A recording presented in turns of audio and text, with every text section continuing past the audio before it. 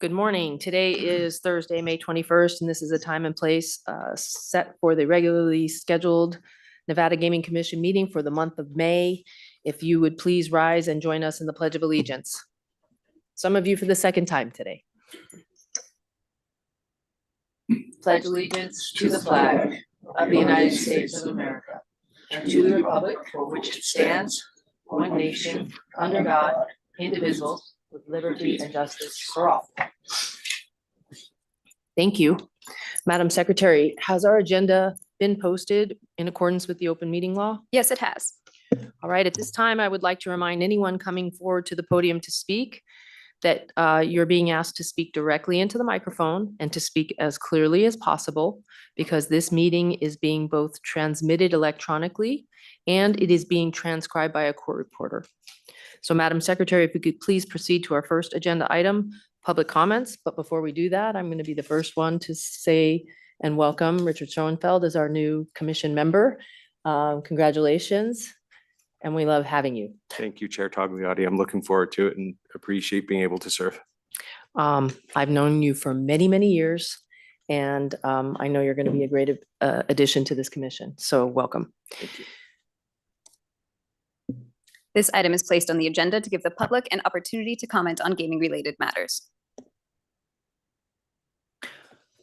Okay, anyone stepping forward to address the commission may do so at this time. Please remember that during public comment, matters that you bring up cannot be acted upon, but we are happy to hear your comments, comments from the public as well as any from my fellow commissioners. Comments by all will be limited to 3 minutes as a reasonable time, place, and manner restriction. If any of my fellow commissioners ask any questions of the speaker, the time needed to answer those questions will not be held against those time constraints. If you have any copy of your comments, please do not approach the dais with them. An enforcement agent will take them from you and they will be made part of the record. I will first go to Carson City. Is there anyone present in Carson City wishing to make public comment? It appears there's no one present in Carson City wishing to make public comment. Here in Las Vegas, we have a very sophisticated manner and method to time you, which is my cell phone. Hola, mi nombre es Marta Jara. He trabajado para Santa Fe durante 17 años en el departamento de mantenimiento interno como casino porter.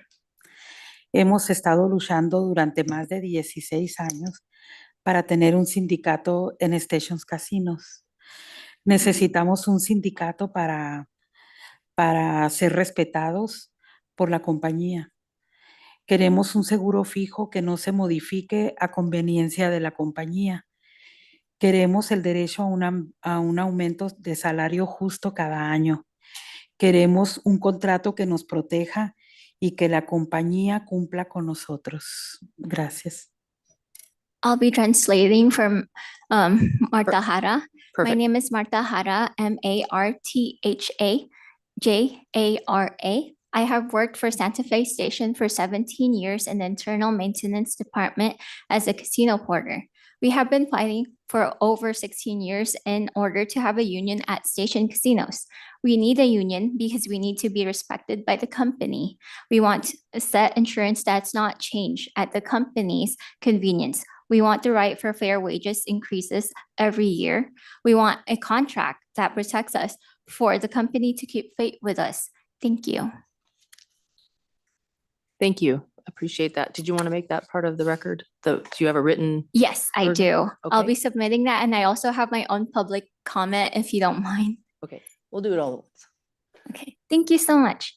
Good morning. Ira Duanen for the Culinary Union, DUYANEN. We are submitting a 35-page excerpt of a 178-page transcript of a testimony heard by an administrative law judge on November 8, 2024. The witness, the former general manager of Palace Station and current Durango GM, described how he was directed by the Station Casino Senior Vice President of Labor Relations and Strategy to push for decertification at Palace Station. In the hearing, the general manager was asked, so it was stressful, that pressure from the vice president to make progress on the decertification effort. The general manager confirmed, absolutely, yes. He was asked again. I'm going to just say that one more time, just so the record's clear. But so it was stressful getting that pressure from the vice president to get decertification complete, correct? The general manager replied, that's correct. It is unlawful for an employer to assist in a union decertification effort. The 35-page excerpt provides a detailed account of Station Casino's decertification efforts. We asked the commission to review it. Thank you. Thank you. So both of the comments are being provided to us in writing. Is there anyone else present that wishes to make public comment? All right, there being no additional public comment, that will close our public comment section. Madam Secretary, the next item on our agenda is the approval of the prior month's disposition. Pursuant to NRS 241.035, this item is the consideration of the approval of the Nevada Gaming Commission disposition for April 2026. All right, each of us have had the opportunity to review the disposition. If there are no questions, I think it is in proper form for a motion. Thank you, Madam Chair. I move for approval of the Nevada Gaming Commission disposition for the month of April, as read into the record by Madam Secretary, Ms. Nicole Rupert. Thank you. All right, there's been a motion for approval of the Nevada Gaming Commission disposition for April of 2026. Any discussion? There being none, all in favor, say aye. Aye. Aye. And there are none opposed. Thank you. Madam Secretary, if you could please read in the non-restricted consent items. Your items on the non-restricted consent agenda this morning are items 3 and 5. The recommendation of the Gaming Control Board is for approval with conditions as noted on the agenda. All right, if there are no questions or comments, I think it is proper form for a motion. I would note non-restricted number 3 relates to the 16th revised order of registration draft 2 dated April 23rd, 26. So presumably any motion would address that order.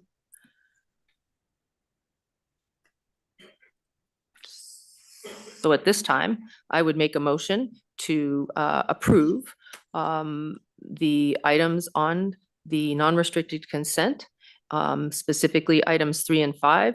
Item non-restricted number 3 to approve the 16th revised order of registration draft 2 dated 4/23/26. Any discussion on that motion? No. There being none, all in favor, say aye. Aye. Aye. And there are none opposed. Thank you. Madam Secretary, if you could please read in the restricted consent items. Your items on the restricted consent agenda this morning are items 1 and 3 through 10. The recommendation of the Gaming Control Board is for approval with conditions as noted on the agenda. All right, if there are no questions or comments on any of these matters, I think it is in proper form for a motion. So I will make it. Do you have it? Okay, great. Oh, you want me to go ahead? Then I will, Judge, save you the time. I move for the approval of the restricted items as listed in the agenda today, items 1 and then items 3 through 10, as read into the record by Madam Secretary, Ms. Nicole Rupert. All right.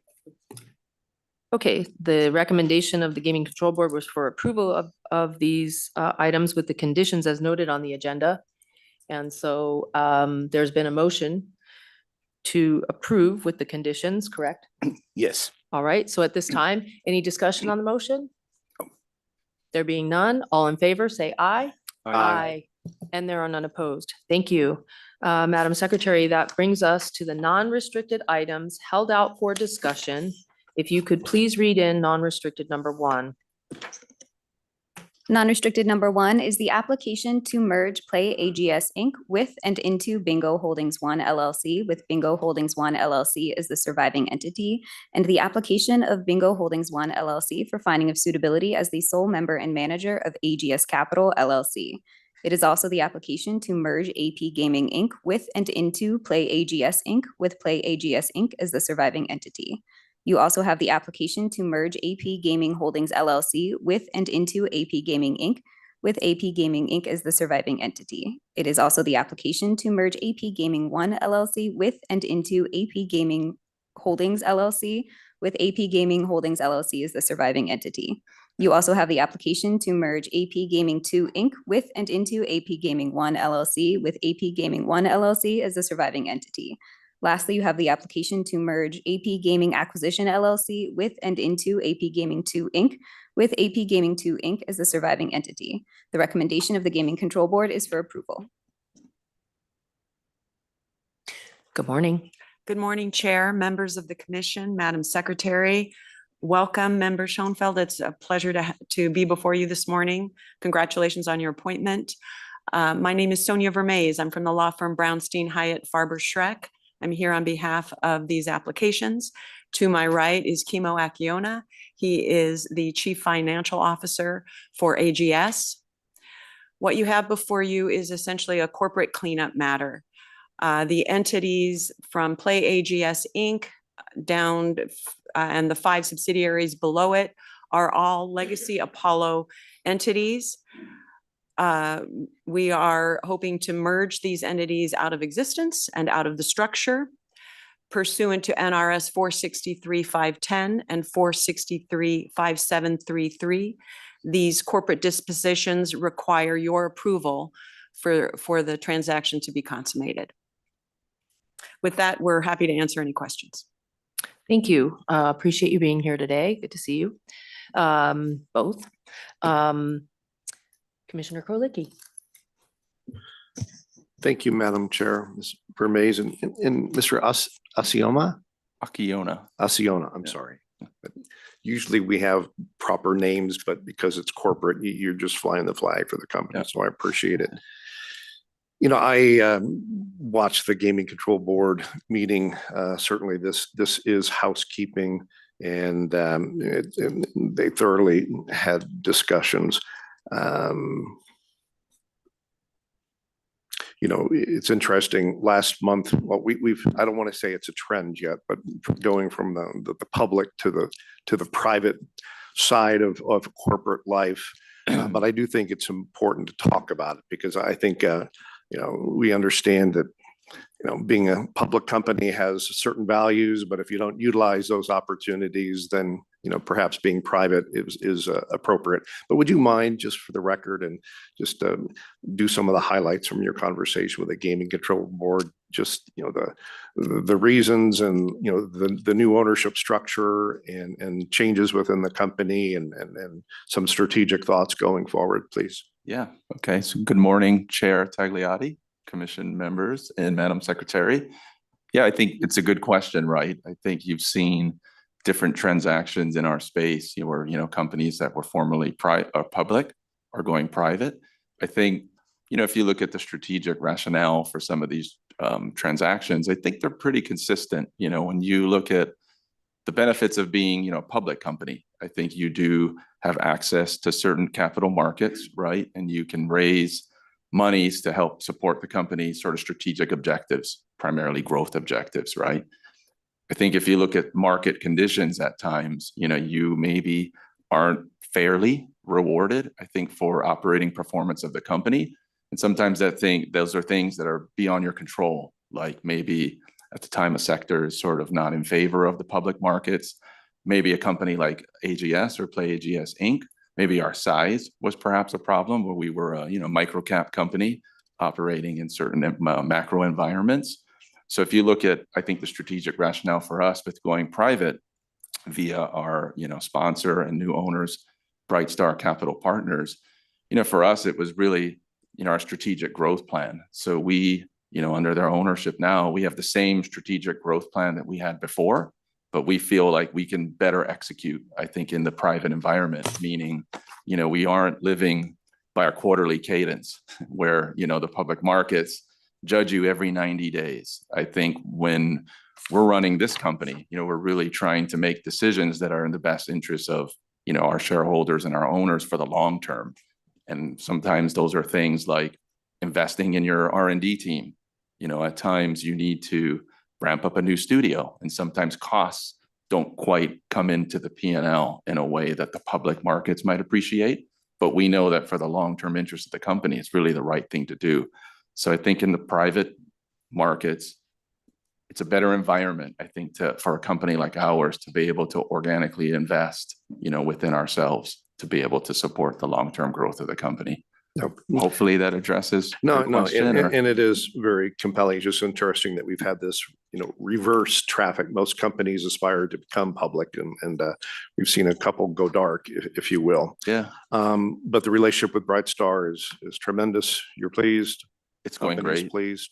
It's going Could you great. talk about some of the strategic directions for Latin America? I know that it seems to be emphasized here. Is some next steps, but could you talk about that? And I suspect it's Brazil in particular.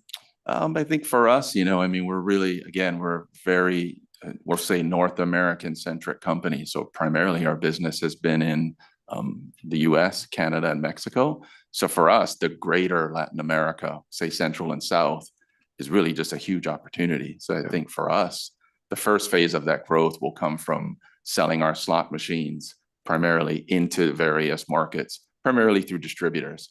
I think when you mentioned Brazil, sort of a longer term, you know, project that we want to be ready for if and when Brazil decides to open up, you know, Class 3 regulated gaming. So, you know, in the meanwhile, we've been prepared, working on different game content and different cabinets and different features for that market. But Brazil specifically, I think, is sort of a longer term. Well, they have to get objective. through the election in October, I think, before you can take those strategic opportunities. But again, just in some of the materials, it seemed like a new pathway, an opportunity for you all. Yeah. This may be for Ms. Vermees, but the Gibraltar approval, has that occurred yet? We received that approval. Yes, thank you. Okay, so we're the last. Nevada's the last. Yes. All right, we don't want to slow you down here. And could you discuss, you know, with a Brightstar, and as you can, some of this might be confidential, but you know, the team that took the company, you know, private with Brightstar, could you talk about the commitments and requirements for the C-suite folks, if you will, and remaining and golden handcuffs and what's happening inside the C-suite? Yeah, I mean, I think from the very beginning, I mean, even before the acquisition, you know, obviously consummated, I think Brightstar, you know, was very keen and aware of, you know, the sort of the management performance over a number of years. So I think Brightstar always viewed us, you know, the CEO, CFO, CTO, and others in the senior leadership team as being, you know, very key, I think, to the company's future growth. So we all operate under, you know, I'll say employment agreements that, you know, place certain protections in both parties' favors. So I think, you know, Brightstar views us as strategic assets long-term for the I'm sure they company's do. future. But again, if you can't address it directly, but is there a term for those agreements that management? remains? Our agreements roll. I think we operate under sort of an evergreen agreement. Right. And you've been the CFO for 11 years? Is that Yes, I correct? have. I've had the great pleasure of being the CFO as a company when we were private, and then we took the company public, and now we're going back private again. No, good. Again, thank you for satisfying my questions. Again, the very Absolutely. extensive conversation you had with the Gaming Control Board, you know, was the hefty lift, but I totally understand it. It's good. I wish you the best of luck, and I'll support your application today. Yeah. Thank you very much. Commissioner Marcantonis? Very nice to see you both again. It is very straightforward, and I am particularly interested about the staff. What happens to the staff? We don't really care much about C-suite contracts, no offense. But you've got Agreed. over 1,000 team members, is that right, globally? Yep. I think that's We what I have- heard at the Gaming Control Board. How many in Nevada? Is that 150? Nevada's about 150 or so. Correct. And- This is the corporate headquarters, as well as we have a service infrastructure and some development as well. And how are those 150 affected? I mean, will there be, not that you're going to sit here and say we plan to lay off 20% or anything like that, but I want to make sure that everyone knows, not just yourselves, of course, Yep. that we're very sensitive to what happens to Nevadans and their employment, particularly when transactions like this occur, whether it's going from private to public and the other way around too. Yep, Care to absolutely. comment at all? I can absolutely comment. So the Nevada employees, actually the employees across the company are completely unaffected. I think if you look at where employee headcount was at the close of the transaction to today, we've actually grown.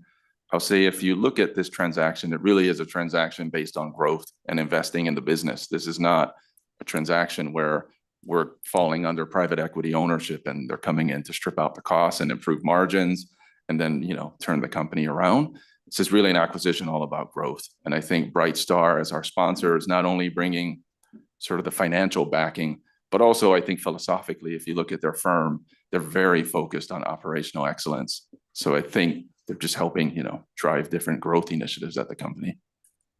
Well, thank you for that answer. Great answer. And have no hesitation in supporting you today as well. Thank you, Chair. Commissioner very much. Schoenfeld?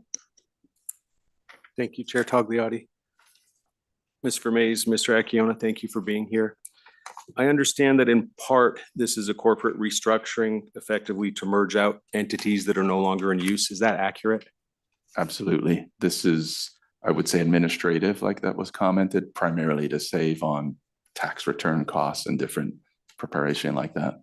So although it's going to be a different structure, will the operations be consistent with historic operations or will there be differences? No, it's completely unaffected. Okay, I had no other concerns. Thank you. Thank you. I have no questions. I think it's been covered in the board meeting and appreciated my colleagues' questions. So at this time, I believe it's in proper form for a motion. Chair Tagliati. I miss Commissioner So Rosa Solis Rainey because she was our motion machine. So we're all going to have to step up and take over that duty. I'm going to take that directed towards me. Yes. If you like to make motions, you are welcome to stand up to the plate here. But on non-restricted item number 1, I move for approval as read into the record by Madam Secretary and recommended for approval by the Gaming Control Board. any discussion on the motion? There being none, all in favor, say aye. Aye. And there are none opposed. Thank you again Thank for you. being here today. Madam Secretary, that brings us to our next agenda item. Number 2, non-restricted number 2.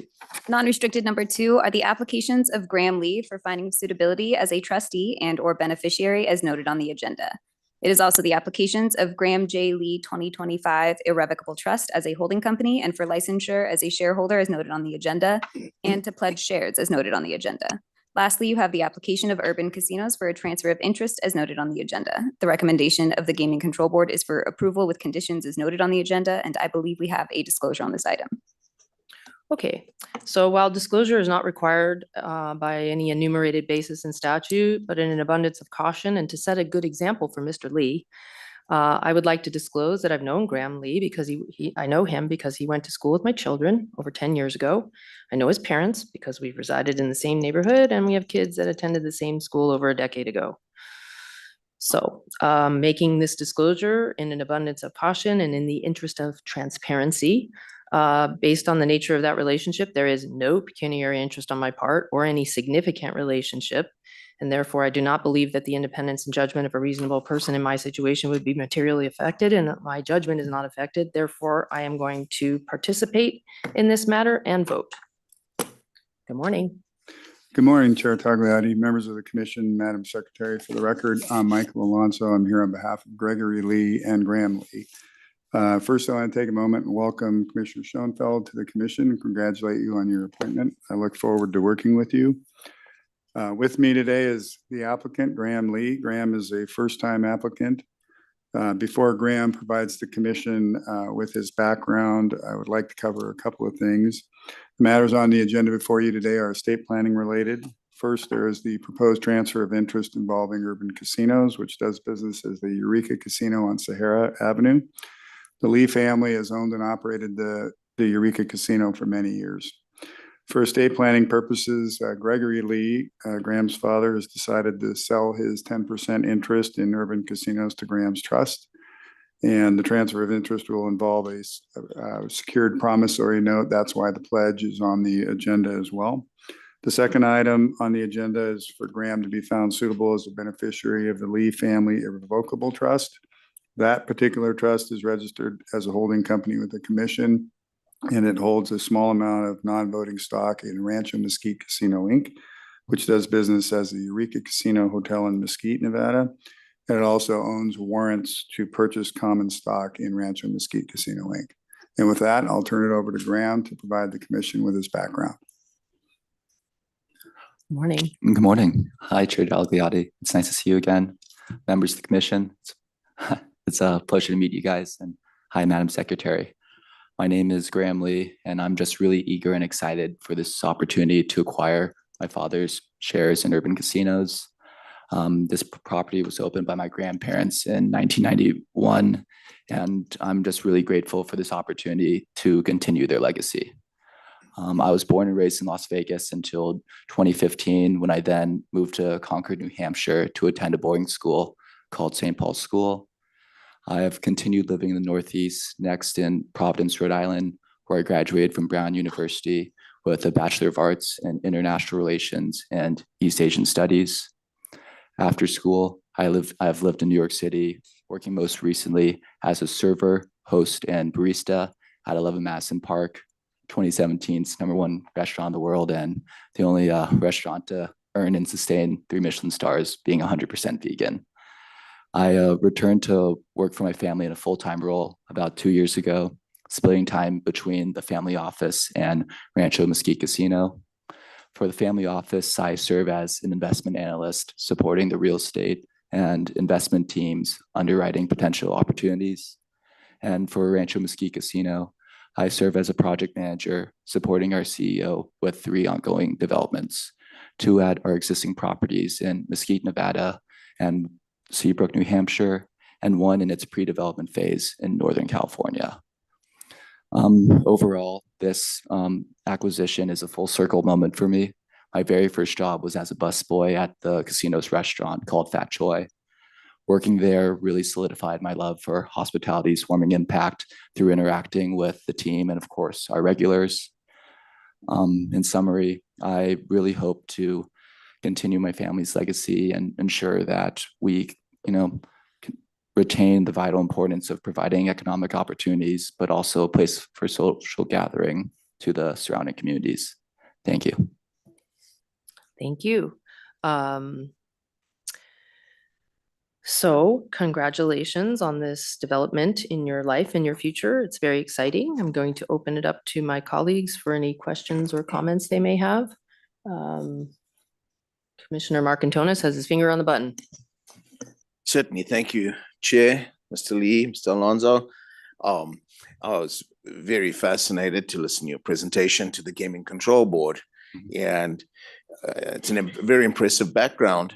Tell us a bit about the family dynamics. Who's the boss now, kind of? I mean, I know that there's a CEO that you're going to report to, because you explained that, but you're one of the youngest people, I think, since I've been on the commission that we've had to get licensed to. Who tells you what to do every day? And what level, and I'm curious, what level of involvement do your senior family members have? Yeah, so at least on a day-to-day basis, our CEO gives me kind of daily, responsibilities. So for the most part, I try to, report to him on a daily and weekly basis. And then in terms of the senior family members, it happens, I would say, weekly if I had to put a cadence to it, but it comes in the form of a surprise phone call saying, "Hey, what is this?" So yeah, it keeps me on my toes. I suspected as much. Yeah. Thank you for that. Pleasure. Again, impressive presentation to the Gaming Control Board. I will be supporting the motion today, Chair. Thank you, Chair. Awesome. Thank you very much. Thank you, Chair Tagliati. Mr. Lee, it's a pleasure. Mr. Alonso, always, and to your family. We've got some sitting around. The good news about being one of the youngest applicants for non-restricted license when you're 27 now, 20, or are you still 26? 26, 27, 2 months from now. All right. Yeah. is you don't have a lot of past for people like us and the Gaming Control Board investigators to go through. So, you've skated many decades that others have to endure. So, good on you. I do have a couple questions, though. Where do you live? Your current residence is Manhattan, I believe. Yes. So you are a virtual part of the family business, correct? Yes, virtual, I would say I live in Manhattan, but I try to make my way out to either New Hampshire or Nevada. I would say I spend about 80 days kind of traveling, and I've been ramping that up since I've been coming back to the family. A long time ago, I think I lived about 2 blocks away from where you currently are in Manhattan. I loved it. Oh yeah, it's awesome. It's a good time. And you have one sibling, is that correct, Catherine? Yes, yeah, Katie, you're younger than me. And is she involved? I mean, I don't see her in front of us today. So you're the one who's picking up the baton for the family business. Yeah, no, I definitely have the, the privilege of being the firstborn to, be the first through the door for, most things. My sister right now is working in public relations, also living in Manhattan. But yeah, she's expressed some interest, but, we like to give her, her space and, ability to kind of, choose on her own if she wants to move down this path. And if you're allowed, thank you. And if you're allowed to share we can ask you lots of questions about the gaming stuff, but the family office, is there a focus on what the family office does or types of transactions or, could you describe that activity a little bit more to us? I assume it's not completely dedicated to the gaming things. You do other business pursuits, but could you describe those, please? No, of course. So the majority of our assets are in commercial real estate that's kind of focused in either Nevada or Northern California. So recently, kind of a lot of these were looking at ways to either modernize some existing assets. Our family likes to employ kind of a long-term hold strategy. We love to kind of see opportunities and think about ways to, add, of course, value, but also, make a true piece of the community. So currently we're kind of exploring that right now, and then just really managing, existing apartment buildings and retail centers. And you said that the private or the family office takes about 40% of your time. Yes. And 60, obviously, for the gaming side. Mm-hmm. Do you see that changing in the near term, or it's just slowly going to accrete towards the gaming side? I think it's going to slowly kind of keep creeping towards that way. For the most part, I've really just kind of been splitting my time based on needs. The family office is a lot smaller than the gaming side. So there's definitely, some unique opportunities because, one of the few, able bodies kind of get thrown in that realm. But definitely gaming is, where there's more action and kind of bigger projects. So I guess selfishly, I'm hoping to do both as much as I can to try to learn as quickly as possible. And do you see a transition where the demands of the gaming side literally kind of make you, have an address here as opposed to New York? Or do you see that transition in the near future or a couple of years or at all? Yeah, and so I definitely am. My heart's in the West Coast. I definitely have a very soft spot for Las Vegas specifically. Right now, my life's kind of in New York, where my family's kind of been splitting some time there. But sorry, long-winded way of saying, like, I definitely intend to move back to the West Coast, either that being in Northern California or Las Vegas. And Brown University, congratulations to Thank you. I mean, all those schools are just fabulous. You were East Asian Studies major. Mm-hmm. Is that IR or a subset of IR? It's 2 separate kind of majors, but it was easy to kind of tack on because my focus within IR was East Asia. So just, a few extra credits. And I think I heard or read Chinese specifically. Is that a language skill or just a China political science skill? It started as a language desire. Growing up and being unable to speak Chinese was a little, I guess, frustrating for, random Chinese tourists that kind of interact with me. But I definitely kind of wanted to use the language as an opportunity to kind of keep learning, take econ classes and also political science classes that have that, focus. I think, since I was in middle school, China's been kind of a rising area of interest, and I definitely, was drawn to learning more about it. Well, good on you. But I say this, I certainly don't have the skill set, but are you a Mandarin speaker? At one point, I could speak as well as, a very eloquent 5-year-old.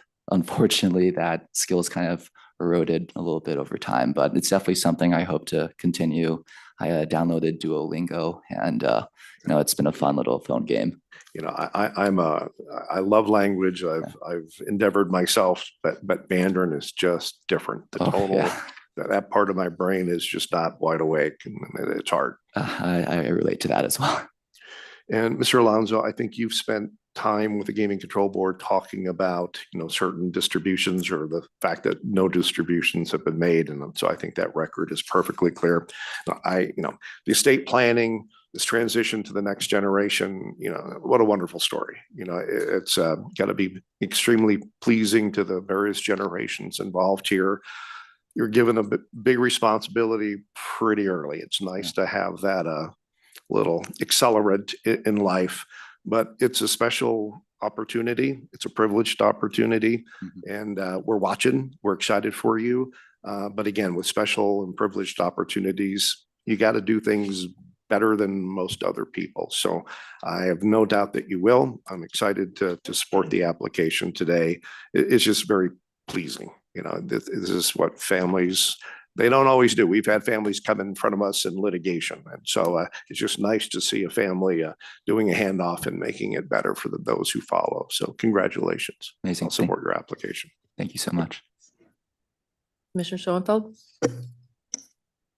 Thank you, Chair Tagliotti. Mr. Lee, I see that you work remotely as a project manager for the Brook, a casino and sportsbook in Seabrook, New Hampshire. Can you tell me what a day looks like working remotely for a sportsbook casino? Yeah, no, working remotely, at least from like the development side, it's really just making sure our CEO is kind of prepared for all meetings he goes into. He has a lot of moving plates, so at least it's my job to, make sure we have, our agenda set for kind of the calls moving forward. We follow up, in a timely manner with kind of our vendors and just making sure we're kind of staying on with the Gantt charts, right? He can't be everywhere all at once, so at least try to be more than a shadow. Well, the application looks good. I'm sure your family is very proud of you, and make sure that you keep them proud. Oh, thank you very much. So, this is such a small world. You were living in Brookline, Massachusetts, when my daughter was living in Brookline. Yeah. What are the chances of that? So odd. But you had an internship there in real estate. Mhm. And so, you've done a lot of things and you've seen a lot of things for someone your age, and it's really impressive. And you worked really hard, obviously, to get those opportunities. And so I congratulate you for that. Thank you. One of the benefits, I think, of being a Nevadan since 1978 is you kind of get to know, even though I'm not close with your parents in a sense of, I'm not social, I don't socialize with them or anything like that. But, you do come to know of the reputations of people, right? And your father has an exceptional reputation in this industry, exceptional. And so that kind of puts you in the big shoes to fill. Yeah. Right? Yeah. Big shoes to fill. That being said, I'm excited to support your application. And at this time, if someone makes a motion, I'm going to vote in favor of it. Madam Chair, I move for approval of non-restricted item number 2, as read into the record by Madam Secretary, Ms. Nicole Rupert, and as recommended by Nevada's Gaming Control Board. Thank you. Any discussion on the motion? There being none, all in favor, say aye. Aye. And there are none opposed. Congratulations. Thank you very Very much. much. Thank you, Mr. Alonso. Madam Secretary, that brings us to non-restricted number 4. If you could please read that into the record. Non-restricted number 4 are the applications of Thomas Gingoli for licensure as an officer and or director as noted on the agenda. The recommendation of the Gaming Control Board is for approval.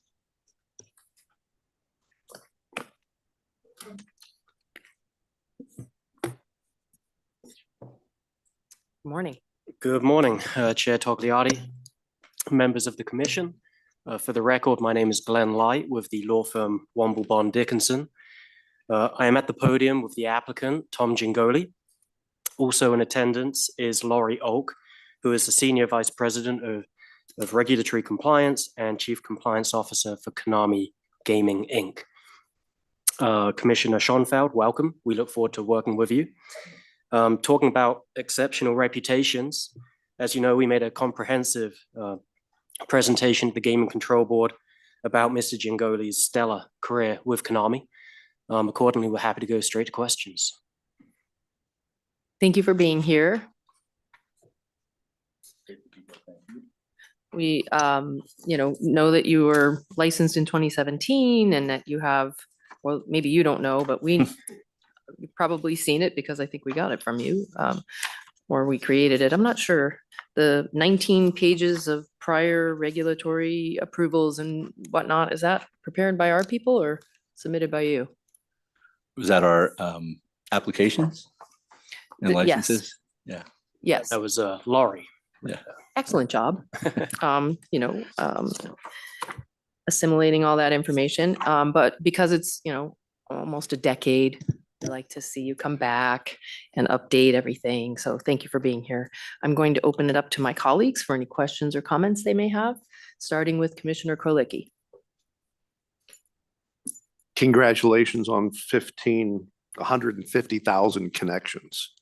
That was a Yeah. big theme. It was a pleasure watching you with the Gaming Control Board. You're very well acquainted with them. It was like a homecoming festival, watching all the positivity being exchanged. But good on you. But as Chair Tagliotti said, we haven't seen you for, I think, 8 or 9 years. And so it is always nice to see and get caught up with what's happening. You're so Nevada now. Is there any part of New Jersey left in your bones? I think you've purged all of that from you. Possibly. Maybe I should formally, Chair Tagliotti, members of the Commission, Madam Secretary, for the record, Thomas Gingoli, I'm the applicant before you today. No, the Jersey blood is still in me. I have siblings still back there. My parents are no longer alive, but, I get back there quite a bit. I'll be back there going on a trip in the East Coast the end of June. Still have nieces and nephews that live in the area and can't get the Jersey Shore out of me. So I get back there as much as I possibly can. It's probably not ironic. I don't get back there much in the wintertime though. I try and get back more in the summertime. And you disturbed Judge Assad, but you're a Philadelphia Philly fan. I am a Phillies What I fan, heard. sure. Yeah. Yeah, he wants you to look more northward or eastward, I should say. Yeah. Could you talk about, we all work hard, Yep. But you've done it for a very long time, and rather than retiring, you're doing 70 hours a week with your new responsibilities. It's a lot. So could you just describe, or at least you asserted Yeah. that you spend about 70 hours a week doing the things you're supposed to be doing, work related, but could you talk about that a little bit more, please? Sure. I've been next month I'll be at Konami 24 years. So it's been a career for sure.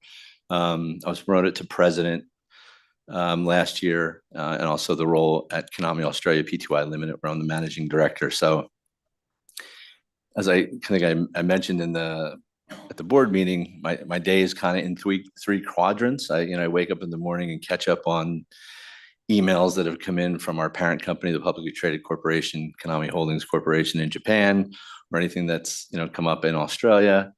Majority of my day is spent at Konami Gaming Inc. here in Las Vegas, dealing with that, running the company there.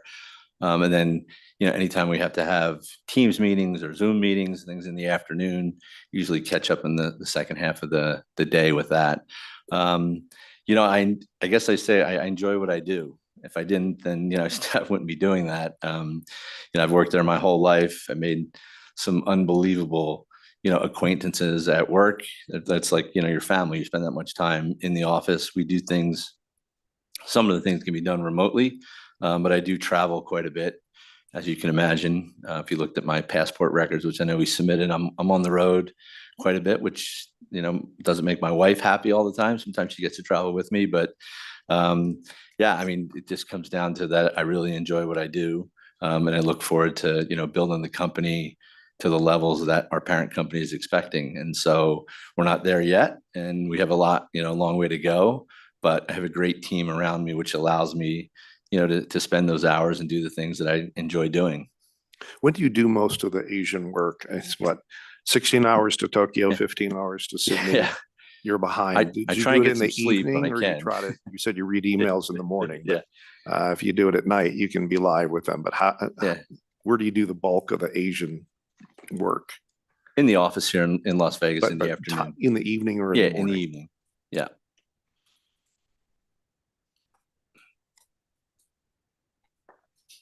And your compliance history is always good. And Yep. again, when you're working 70 hours a week, it's sometimes that can get lost, but I love how you began. That's how I broke Um, into the business. Was a regulator in New Jersey, and And started you at cooled Konami. off at UNLV for 2 Yeah, years. cooled off at UNLV for 2 years.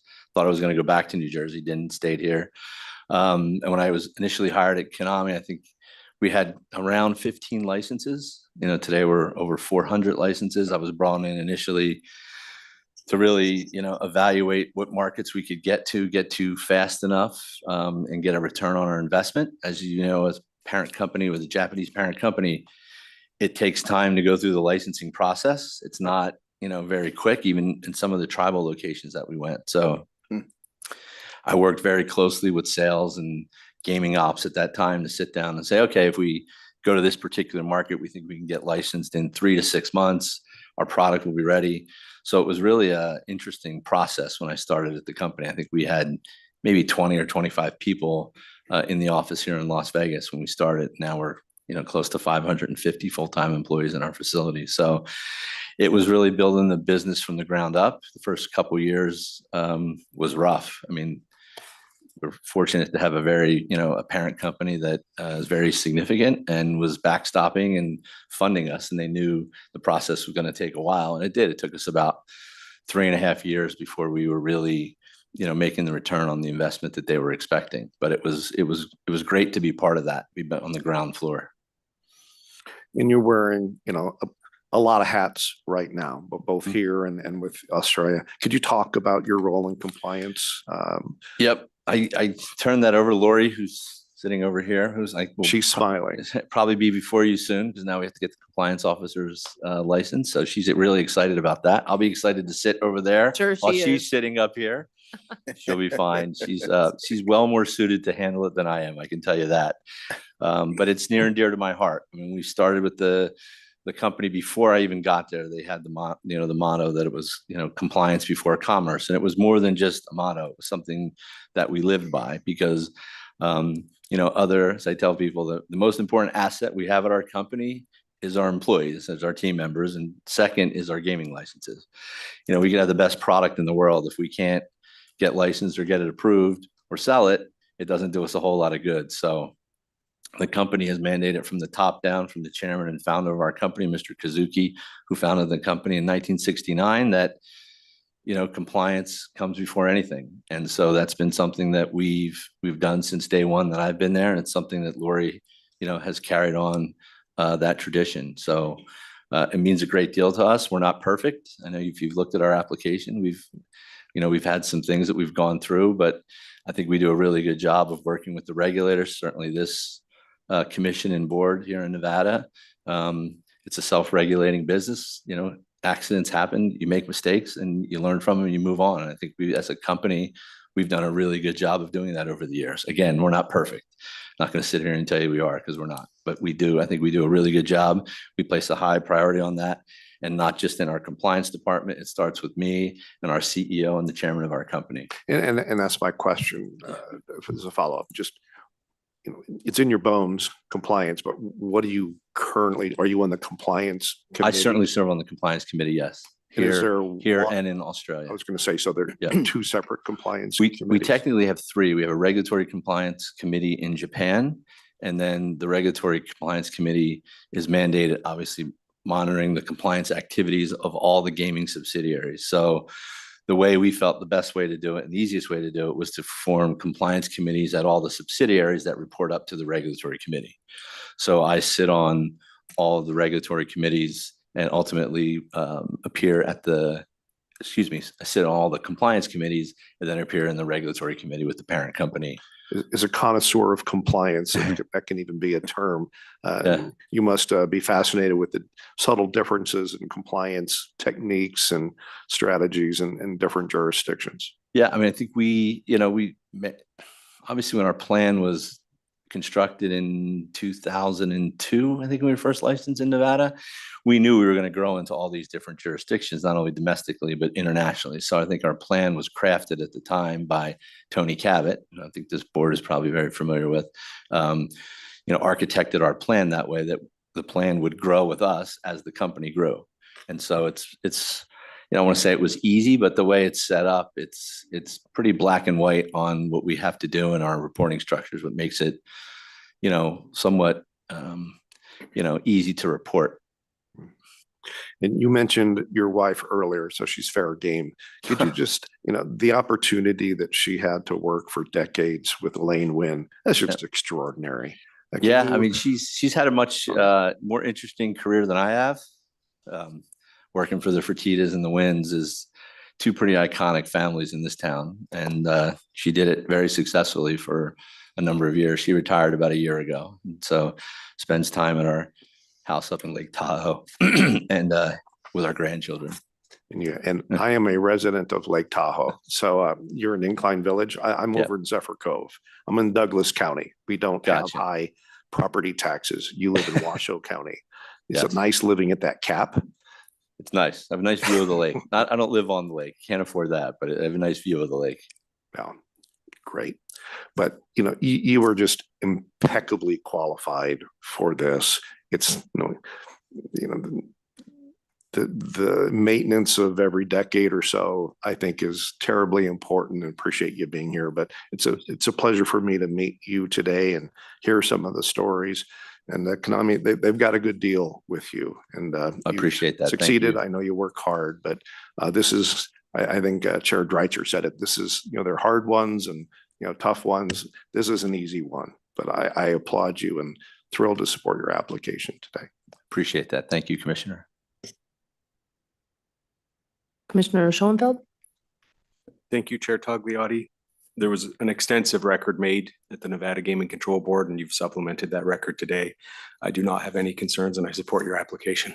Appreciate that. Thank you and welcome. Thank you. I don't have any concerns either, and I'm not going to have any additional questions. I always appreciate you and other applicants in your similarly situated circumstance coming back, even though you've been licensed and you've been in the business forever. It's the opportunity for us to fawn over you. Yep. I appreciate, like I said, the board and the commission has always been very great to work with. Obviously, when our parent company has to appear, sometimes it's hard for them to stay here for 3 weeks. So you guys are very accommodating sometimes the issue waivers. So for me to show up, I'm right around the corner. I love the new location. It's easy to get to. So I'm happy to be here. And fawning is not bad. You have any additional comments or questions?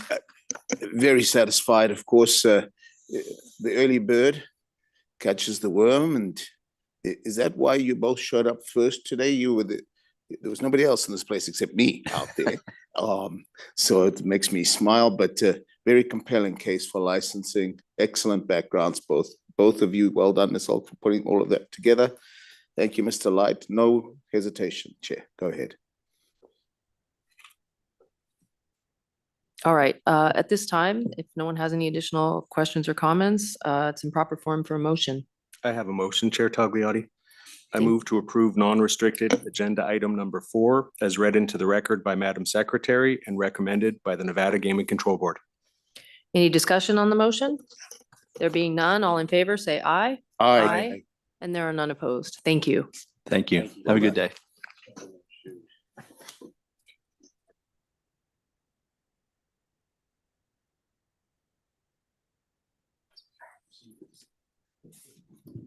First, Commissioner. They're all yours, Mr. Attorney. Okay, so that brings us, Madam Secretary, to non-restricted number 6, because non-restricted number 5 was on the consent agenda. Non-restricted number 6 are the applications of Vanguard Capital Management LLC and Vanguard Portfolio Management LLC for a waiver as an institutional investor of the requirements of Nevada Revised Statute 463.643 subsection 4 pursuant to Nevada Gaming Commission Regulations 16.010 subsection 14 and 16.430 subsection 1 as the beneficial owner of voting securities of a publicly traded corporation registered with the Nevada Gaming Commission, and for a waiver of the time limitation of commission action effectiveness in Nevada Gaming Commission Regulation 4.080 to acquire beneficial ownership of up to 25% of the voting securities of publicly traded corporations registered with the Nevada Gaming Commission. The recommendation of the Gaming Control Board is for approval. Okay, good morning. I should note that this agenda item is, and it's the relevant order is draft number 1 dated April 16th, 2026, correct? Correct. And it is in proper form.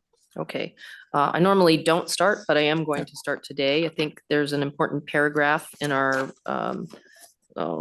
14 pages of investigation materials that VCM and VPM have shown that they have adequate procedures and internal controls in place to ensure compliance with the reporting requirements imposed by the NGC and will act in accordance with the limitations and restrictions of the waivers as a passive investor. Since parent company Vanguard was approved for its initial waiver in 2019, it's complied with reporting requirements imposed by its order. It's just making a record of that. At this time, I would ask my colleagues if they have any questions or comments. Well, should unless I you wanted make to- my appearance real quick? Oh, did I not let you make No. your appearance? I'm just. We're just used to seeing you. I understand, but just for the record, Chair Tagliati, Commissioners, Secretary Rupert, Sean McGinnis with Greenberg Traurig on behalf of Vanguard Group and Vanguard Capital Management, Vanguard Portfolio Management. I'd like to welcome Commissioner Schoenfeld to the commission. Look forward to working with you. On Zoom, we have Laura Marianos, who's with Vanguard Capital Management, and John Shadle from Vanguard Portfolio Management. We appreciate the accommodation for the Zoom appearances. As you know, we made a robust record at the board. We did have some Zoom issues with Laura Marianos, so we did the presentations in reverse. So we are prepared to make the full presentation, or if you prefer that we just respond to questions, we could do that as well, because I think it's pretty clear that both Vanguard Capital Management and Vanguard Portfolio Management are investment advisors regulated by the SEC, so they meet the stated regulation 16.01014 and 16.4301 waivers as a proper institutional investor. So with that, I'll get your direction. Okay, I just want to check. So we have Ms. Marianos that we see. And do we also have Mr. Shadle? Okay, great. Okay, I just can't see him on the screen, but he's there.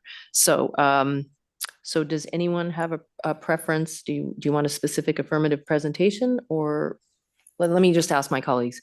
Does anyone want an affirmative presentation similar to what was made to the board, or are you comfortable going into questions?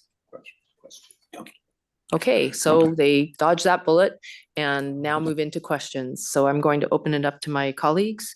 Any questions or comments, starting with Commissioner Schoenfeld? Thank you, Chair Tagliati.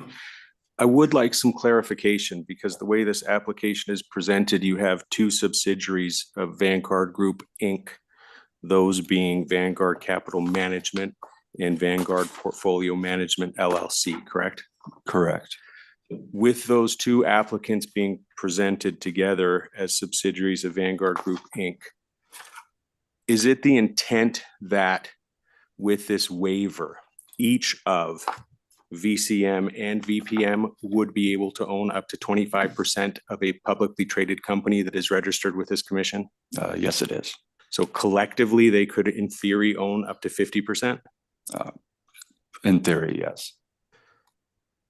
I was hoping that wasn't the answer, because that concerns me, because the way I read the regulation is obviously the waiver is a method that is permitted under Regulation 16 to avoid influencing or improperly influencing the operations of a gaming company, because you're not going to have a license. And my concern is the way the regulation is written, there is proscribed activity, and then there are specific exceptions when a waiver is granted. And for example, one of those exceptions is that you can vote and you can vote your proxies. But the regulation contemplates that you're voting potentially up to 25%. I don't think the regulation contemplates that you are voting potentially 50%, which you could, in all regards, control the election at that point in time. So try to alleviate my concern. Well, the way this has worked, and I can, Ms. Marianos can also put in, but let me just give the general background. So historically, the Vanguard Group has an existing waiver right now. These are the two subsidiaries that have been formed. They've gone through the SEC process and been formed in a way to be deemed to not have to require to aggregate their influence or their operational or their collective interests. So they are, from SEC perspectives, treated separately. And so it is acceptable for them to both have individual waivers. The fact that there's one waiver order is going back to some commission precedent, because there's another company that has a similar setting. I believe it's Fidelity. Fidelity has a number of entities that have gotten waivers, and they can each go up to the 25%. So that is something that there is commission precedent forward, and I'm working with Deputy Chief Crowley on the order. That's why there's only one order and not one order for capital management, one order for portfolio management. I'm not concerned about there only being one order. What concerns me is the language of the order as currently proposed reads that each of VCM and VPM have a waiver. So from a functional standpoint and operational standpoint, that means that each of VCM and VPM can own at the same time up to 25% of a publicly traded company, and I'll just say PTC from now on, that's registered with this commission. And that concerns me because I don't want to set a precedent where you can have, for example, Vanguard Group has historically had a waiver that granted Vanguard Group up to 25%. And now you break it into two subsidiaries and they can get up to 50%. What happens if you break it into three subsidiaries? Or is someone going to come in and say, now we can collectively own 75%? That's my concern. And from a practical standpoint, from what I've looked at, it doesn't seem to me that VPM and VCM will likely ever own more than 25% of interest or common shares in a PTC. And so I'm just trying to figure out from a practical standpoint, if this were conditioned that neither VCM or VPM collectively, it wouldn't be neither, but VCM and VPM cannot collectively own more than 25%, but they each have a waiver. So that in theory, one could have 15% and the other could have 10 or 14 and 11. Would that not satisfy the goals of VPM and VCM? I don't think that it would, from the standpoint that right now Vanguard Group has a waiver that allows it to go up to 25%. So that is already what Vanguard Group has in place. From a standpoint right now, neither of them are above 10% because that was our arrangement. And I've been representing Vanguard for several years, and I don't believe they've ever gone above 15% with a Nevada licensing in any instance. It's the 25% is just more that you're asking for a waiver and you want to get the full waiver that you can get with the jurisdiction. They have other jurisdictions that they do business with and that they are registered with. And some of those jurisdictions have waivers of waiver limits of 15%. Some of them are at different strata, and it just depends on what companies are moving forward. But again, there already is as I understand it, and I don't represent Fidelity, but I understand there's already is a waiver, an institutional investor waiver for an entity that has multiple subsidiaries, and they each can own, in that instance, up to the full amount. So there already is a precedent that's been set. So I don't think that we're creating new precedent here. But I may turn it over to Ms. Marianos and she can provide, because I think it's always best to hear from the applicant, because I think some of this really goes to what was in the presentation about how Vanguard does.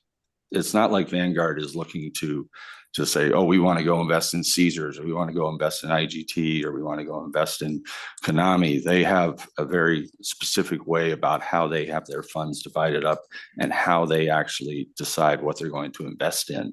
And so I think that may be something that maybe that could help alleviate some of the concerns. I would like to hear that, because again, I understand that the waiver is available, and maybe as a result of that, if we can get two waivers, which would collectively allow us to own 50%, why not get that? But if that's truly not the goal, you might be able to alleviate my concerns in that regard. Ms. Marianos? Thank you. Good morning. I am Vice President of Vanguard Capital Management, and I'll refer to the company as VCM. And I just wanted to say make a few points with respect to the concerns that you've articulated. So first and foremost, the two subsidiaries that Vanguard has created are subsidiaries that engage predominantly in passive investment strategies. And what that means is we follow indices that are created by third parties. And the indices outline securities that we should hold, and our funds follow those indices. So the desire for the waiver is really a desire to allow our funds, when our investors come to Vanguard to invest for their investment goals, to hold securities in accordance with the weightings in the index. Vanguard is also extremely passive with respect to investment stewardship obligations. We never seek to control any company. We never propose board members. We never propose shareholder proposals, and we do not dictate company strategy. As a shareholder of any publicly traded fund, we are entitled to vote at the shareholder meeting, and we do vote on behalf of the investors in the fund, but only in accordance with the fund's investment objective. So none of our funds have an investment objective to control companies, and therefore we do not engage in our investment stewardship in a manner that is designed to control or influence management to operate a company in any particular way. We also have very separate teams. So when we created these two subsidiaries, we created two companies within our company. We have an investment stewardship team that operates for VCM. We have a separate team that operates for VPM. We have separate investment management teams. And the teams that do the investment stewardship and the investment management sit in different buildings with security controls that dictate who can come in and out of those buildings. We have a compliance team that does training for the people that are in these two different subsidiaries to ensure that people are not sharing information that they shouldn't be sharing with one another to keep the entities separate. And we also have an extensive pre-trade and post-trade compliance check to ensure that we are complying with the waivers and the conditions in the waivers granted. So let me pause there and also invite my colleague, John Shadle, if there's anything he wants to add to the separateness of the companies. Thanks, Laura. And nothing specific to add on the separateness, just to underline the point that you made that, and so John Shadle, Vice President of Vanguard Portfolio Management, the second investment advisor here. And again, to say that we are not seeking the waivers to allow us to follow any intent to get to 50%. In fact, generally with these passive investments, as Laura mentioned, we're following what the indices tell us to follow. And so in many respects, this is an expedient to ensure that we are able to continue investing in accordance with the indexes and in accordance with the direction of the investors of our funds who are asking to make the investments into those individual funds without running up against any lower limits that would require us to come back and have further conversations with you. So let me ask this question, because I understand that you have obviously separateness between the two funds. Let's say VCM chooses to invest in a specific, let me back up. I understand that 75% of the funds that are invested generally are going to be in an index and the other 25% are otherwise invested. So let's focus on the other 25% for this question. Is it your view that, let's say, VCM chooses to invest part of that separate 25% into a PTC, that the traders or the fund managers at VPM are not going to be aware of that when it occurs and might say to themselves, well, if they're doing it, it must be good. Let's take a look and do the same. That is correct. So they have no access to the trades that the other entity is making. They also do not have access to our portfolio holdings after the trade is made. The other thing that I will highlight is with respect to VCM, our equity mandates are 100% passive. We also do fixed income in VCM, and some of our fixed income mandates are indexed, therefore passive, and some of our fixed income mandates are active. But I don't think that the active fixed income management would be of concern to the commission because the fixed income funds aren't holding equity securities and therefore not voting at the shareholder meetings. Okay, well, that gave me a little more, a little more comfort in terms of the two funds really being totally separate. In terms of the compliance officer, I understand it's one compliance officer for both of the funds. Is that correct? For both of the subsidiaries, there is a chief compliance officer, and she oversees Vanguard's global compliance program. In terms of what that compliance officer is looking for as it relates to this waiver, is it limited to ensuring that neither VCM or VPM exceeds the 25%, or are there other functions in terms of compliance that they're looking for to make sure that everything's on the right track?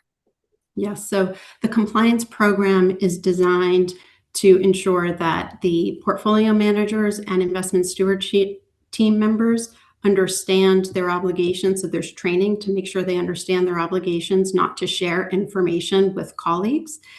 Compliance also monitors all electronic communications throughout the company, but especially if there were any communications going between those two teams, that would be flagged from a compliance perspective. Of course, compliance monitors compliance with the terms of the waiver.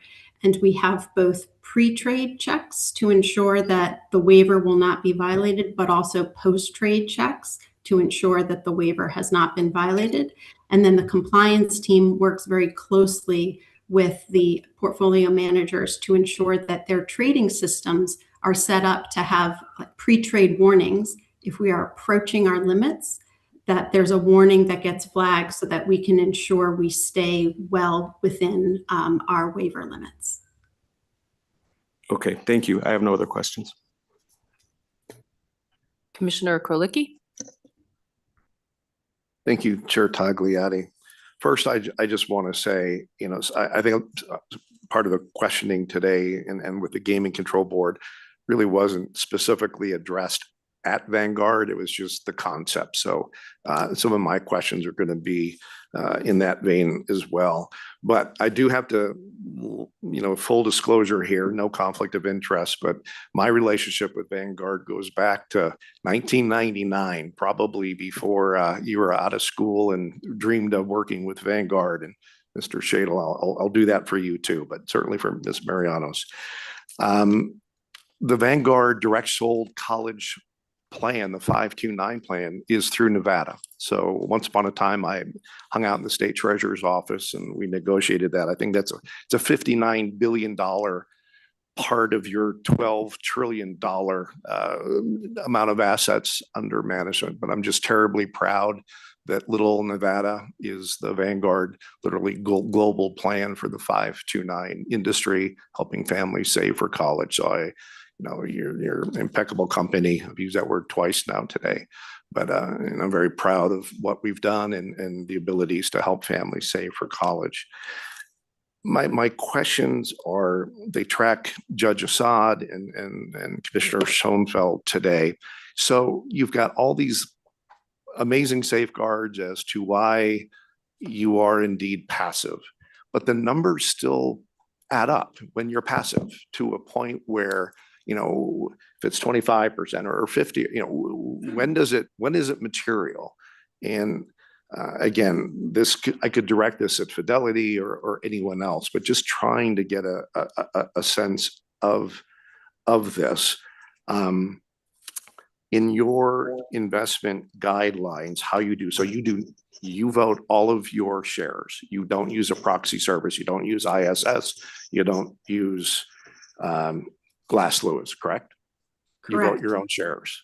All right. We do. So again, you acquire these shares passively because you're matching to indexes. Again, we totally get that and understand it. So it's not proactive. You're mirroring the marketplace, if you will. But at what point, does that aggregation, even if passive, does it become meaningful? And you have 4 pillars for investments. I think you shared that with us the other day or a couple of weeks ago with the Gaming Control Board. But pillar number 4 shareholder rights. The funds believe effective corporate governance includes shareholders having the ability, in proportion to the economic ownership of the company's shares, to effect and improve changes in corporate governance practices and the composition of the board. Companies should ensure that boards and management serve in the best interest of the shareholders they represent. And, you know, in front of the Gaming Control Board, you were very clear, you know, you vote in support of what's best for your fund holders, the shareholders. But again, in all of that passivity and all of the controls and internal safeguards and compliance and, you know, which I know are sincere, you know, there's no active, you know, I want to make sure I use the right word, but there's no activism, if you will, as a company. If you're voting shares in the size that we're discussing, at a point you are affecting governance. And so I don't know if it's, you know, 10% or 25% or 50%, but when does this passive ownership actually mean something that is beyond what we're trying to do? And maybe Mr. Guinness is shaking his head like he wants to address her, Mr. Shadle or Ms. Marianis, but I've given an opening speech, but I you know, there's just a philosophy here of, you know, you're owning lots of shares, you create new indexes, you've got a lot of, you know, it's confidential, so I won't share it, but you know, I see an extensive list of Nevada gaming interests on the list. In one of those companies, you actually do between the VPM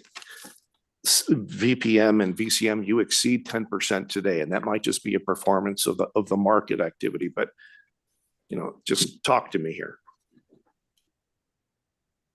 So I will start by sharing that we have heard the concerns about even passive funds over time will acquire a significant amount of shares. And to the extent those passive funds are voting those shares, they have the ability to affect and influence outcomes. And, you know, as a shareholder in these funds are shareholders in the particular publicly traded companies. We have the right to vote, and we want to exercise that right in the best interest of the investors who entrust their assets with us. And however, that's a what we have wonderful answer. done, but what we have done over the last few years is engage in investor choice.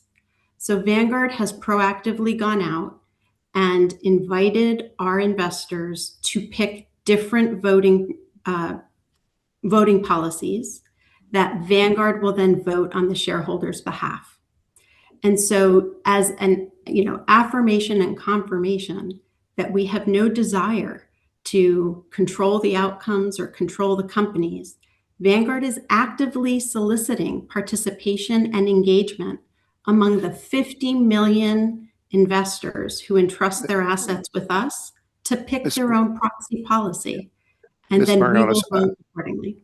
I really, you know, again, I don't want to be rude, and I hear you, but just the effect of, in the aggregate, controlling so many shares, you do affect the governance when, you know, whether it's your shareholders telling you how to vote or different controls. So, you know, I don't, again, I have nothing but just, you know, total respect and admiration for all that Vanguard has done. This is a conversation of principle and thresholds, and how do we make sure, and whether Commissioner Grolicki, could I throw in something to consider? Because I think it's important to note, I mean, that part of why, if you look at what's in the order, there is ongoing continual reporting that needs to be made to the Corporate Securities Division of the Gaming Control Board.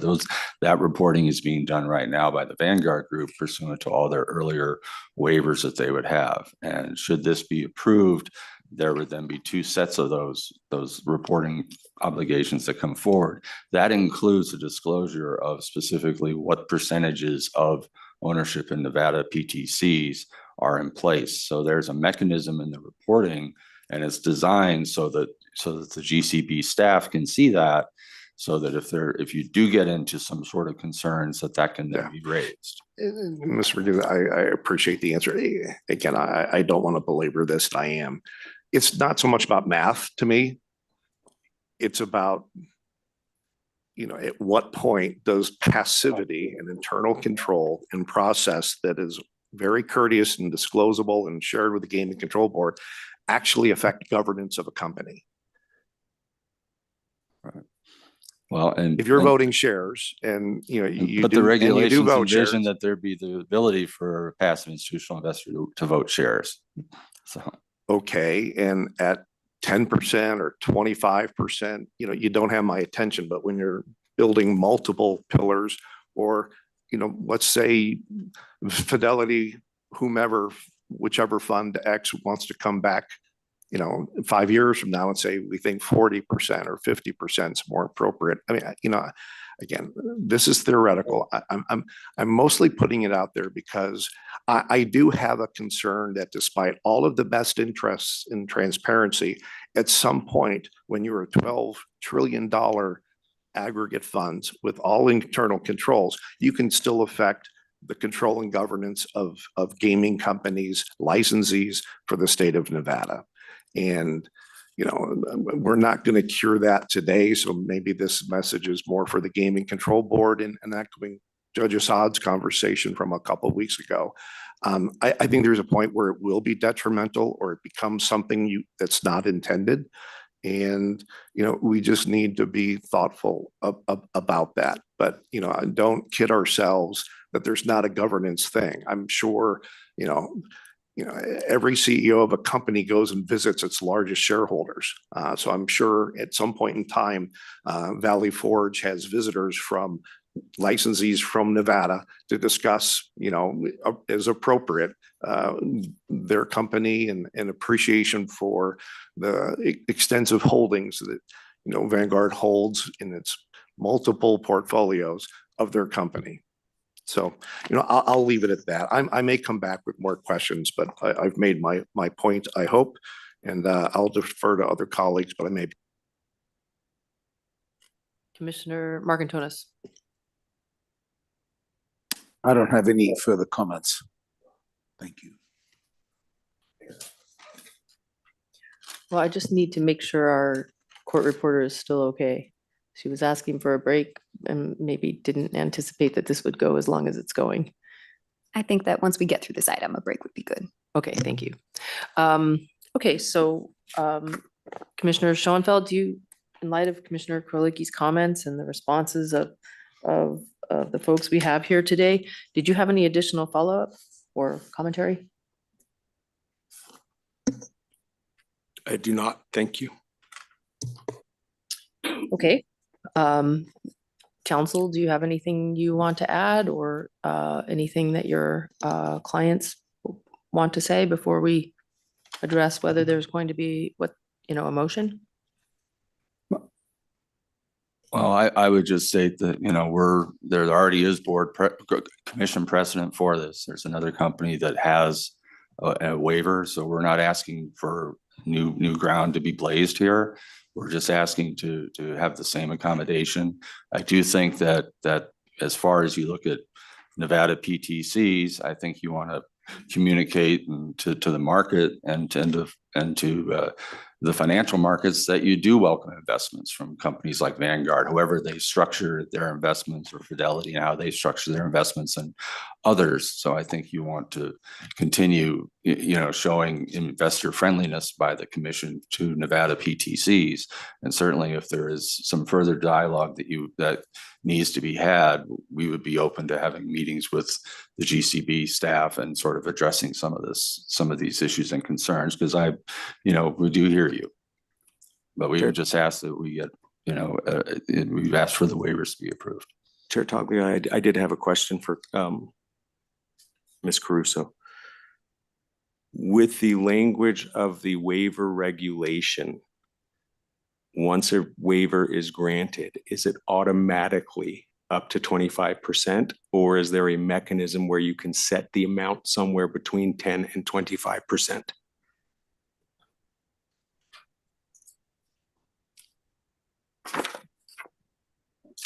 And would now be the appropriate time for the restroom break. Nah.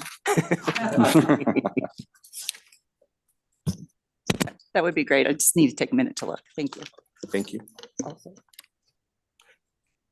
Okay, perfect. So it is 11:27. We're going to reconvene at 11, 33. we have, okay, so I'm going to ask a favor of your clients and yourself. Okay. We have a matter that we're gonna call, right, we were going to call it at 11:30. We're probably, if he's listening, Mr. Killen, it's gonna be more like 11:45. And we're gonna keep this break very short to 11:35 so that this could be finished. And Mr. Killen is gonna have to give us a little grace. Okay, so if he's listening. So we're gonna take a very short break, like 7 minutes, okay? No All right, worries. thank you.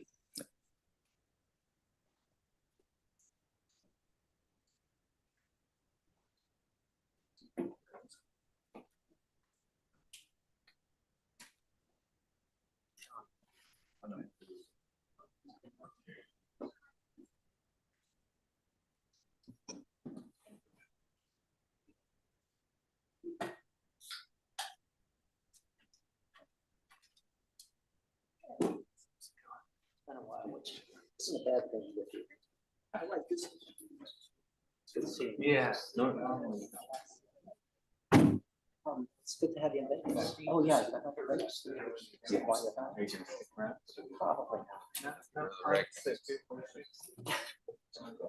I'm just trying to get close.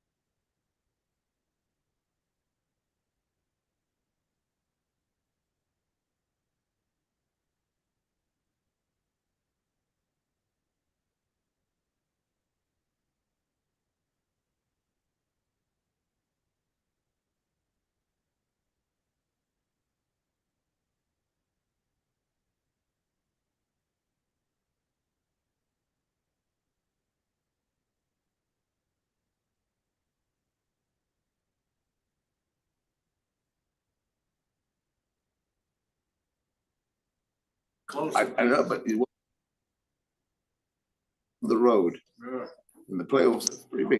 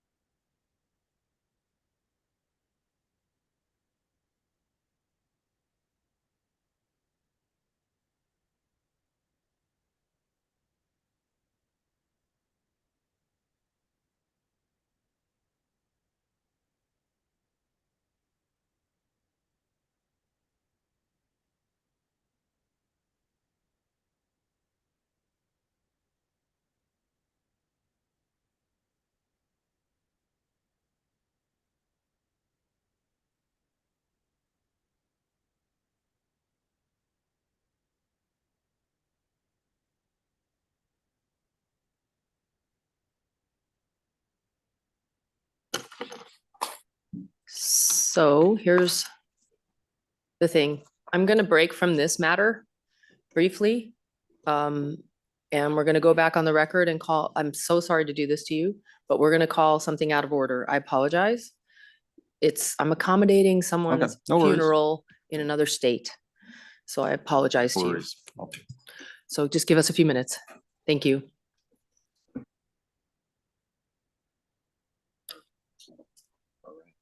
So so we can go back on because we don't have Marianos, can't hear me right now, right? Ms. Marianos and Mr. Shadle? I can hear you. Okay, I apologize to you. Okay.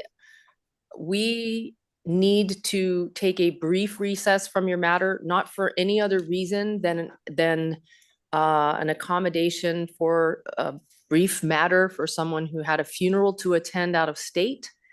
And so it's got nothing to do with you that we're taking this brief sojourn to another matter, and then we're going to come right back.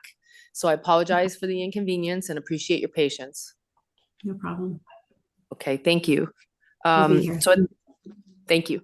Madam Secretary, if you could please read in Mr. Killen's item, Killen. Next for your consideration is one gaming employee registration appeal pursuant to Nevada Revised Statute 463.335. That item is Lawrence Killens, case number 25 LV 00382. Mr. Killen, are you present on Zoom? Yes, I am present. Okay. Hi, I'm Jennifer Togliatti. I'm the chair of the Nevada Gaming Commission. I'm here with my fellow commissioners.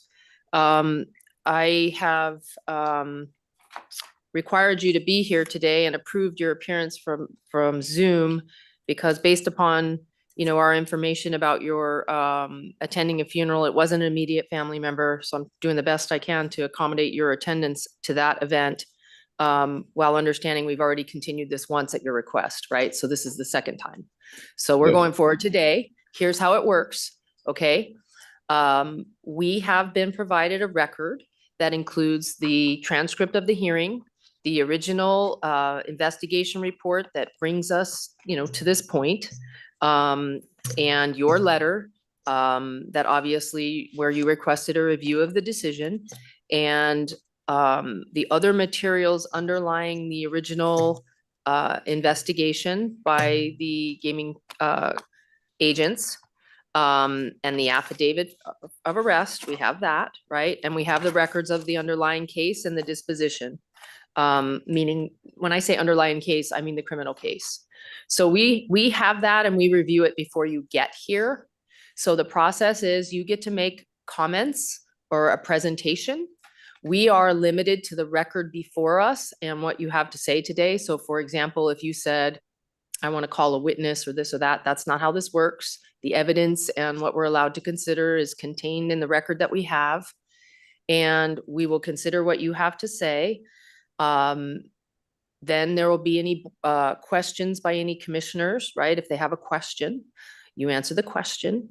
Then I give you an opportunity after the questions have been asked and you have answered them to make any additional summary comments, or if something you want to say because of the questioning comes up, you have a final say, if you will. And then we will go into somebody making a motion. At that time, when someone makes a motion, there's discussion among the commission members about whether they are going to, their feelings, thoughts, and emotions on the whole thing. That is not a participatory event for you. So once the motion is made, your role is to sit back and wait for the decision, if that makes sense. So do you have any questions about how this works before we start? No, I feel you explained everything very well. Okay. I appreciate that. And thank you for also accommodating this as well. I really appreciate it. Okay, no problem. So at this time, it's your opportunity to be heard on why you would like the commission to reverse the Nevada Gaming Control Board's objection to your registration as a gaming employee. All right. Yeah, so at this time, I know I did have the initial hearing, and since that hearing, I have had more of an opportunity and time to reflect on my actions and my decisions that were made that night. I briefly read the letter entirely on the initial decision, and that also brought a lot into light as far as myself as an individual. Some things that were stated in that letter, made me reflect on myself personally, and allowed me to grow and accept full accountability for my actions. What I did that night was entirely wrong, and I do feel I, have, what's the word I'm looking for? I have, dealt with the repercussions, from that night. Like I said, this is something that has taken a drastic toll on my life. I worked in nightlife for 7 to 8 years prior to that. I lost my job because of this. It affected me entirely. In that letter, they stated that, even though I did, take action, the case was dismissed. I did the court orders, that was commendable. However, they felt that what I lacked was, integrity and accountability. And that's something that stuck with me. And I realized at the time, integrity was something that was, lacked at the time. I definitely was not doing the right thing. When I thought someone was not looking, the definition to my knowledge of integrity is, always doing the right thing when someone's not looking, being honest, and so forth. And that is something, a characteristic that I do portray, even though at the time I did not. That is not a true reflection of my character. Like I stated before, I have accepted full accountability for those actions. I realized it was unlawful. It was not something that should have been done, especially as an individual who wants to hold a gaming license. Like I said, I have a strong desire to continue to work in nightlife or work, in a casino or a gaming establishment.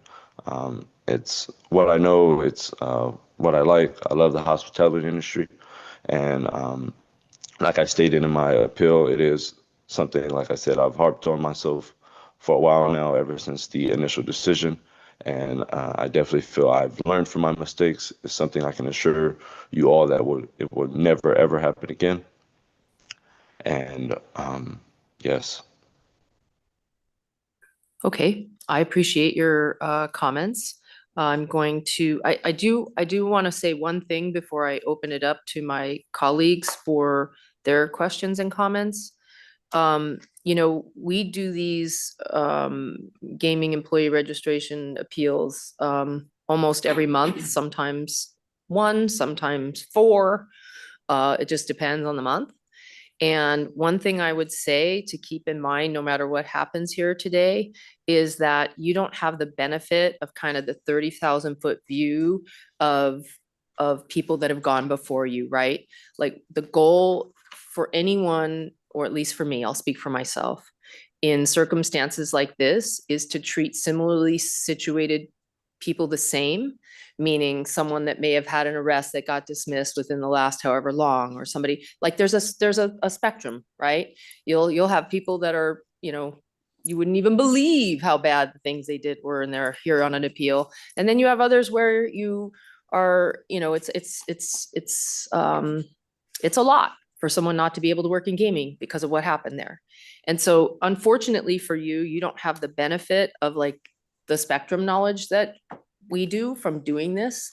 So I would just ask you to be, you know, when you're answering the questions, you know, keep in mind that there's been many people in your circumstance that have gone before you. And for me, it's likely that you'll be treated very similarly to those circumstances because, you know, we look at things like how much time has passed, right? The level of remorse, the redemptive pathway, all the things. We look at all those things. But I just want to make that noted to you before I open it up to my colleagues for any questions. Do any of you have any questions for Mr. Killens? Just one quick question. When you submitted your application for your gaming employee registration, had you already been arrested? Yes, I had previously had my gaming license already. However, when I reapplied at for Tao Group, I believe, yes, it was Tao Group. I had already been arrested. However, I believe the case was already dismissed, if I have my facts correct. But you didn't disclose that you had been arrested on the application, correct? No, so I was not arrested. So you applied and then you were arrested after you submitted No, the so, application? so I never got arrested. Okay, yes, so that's what it was. So when I initially applied on the application, I was never arrested. I just got escorted off of the property. However, after I already got hired, that's when I received the letter in the mail, and then maybe about a week after I was terminated. Mr. Killens, so are you telling us for your criminal case, you got a summons in lieu of arrest? Is that what you're saying? Yes, but that was after I was already employed. So I was under the impression that when I did apply, that everything was fine because I never even heard anything after that. So at the time you submitted your application for the gaming employee registration card, you were not aware that a case was being brought against you for allegations of criminal conduct? Yes, I was not aware. I applied for Tao Group maybe like in January. I believe I got the letter in the mail. I believe it was a year ago today, actually. It was right before Memorial Day. And then the conduct at issue related to allegations, and I believe you've admitted to them, of cheating at gambling or something to that effect? Yes, that's what the so not only was a case brought against you, but it was a case related to licensed gaming establishments, correct? Yes. Okay. From what All right. happened at Thank you.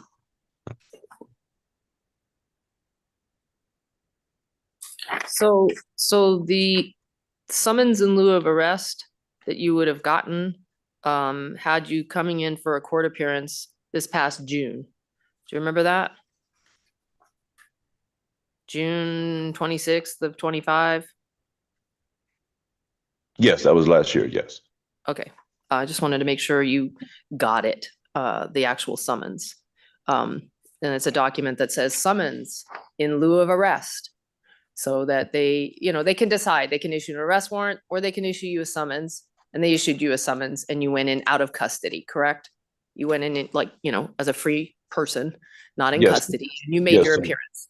Yeah, so I contacted my, to answer your question, I did not physically go anywhere. When I contacted my attorney, he stated that I did not need to go. I did not need to go. That was just more so for them to get me in the system, for lack of a better term, if I believe that's what he stated. Okay. And so you had an attorney, the attorney appeared for you, you ultimately had a deal and you ultimately went to court and the deal was it was going to be dismissed, right? Yes. Okay. Commissioner Marcantonis, do you have any questions? I do.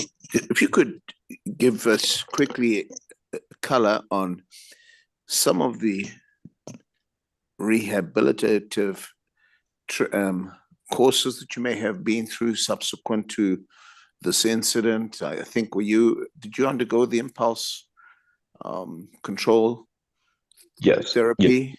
Yes. So I did that online, as well as I completely went sober from gambling.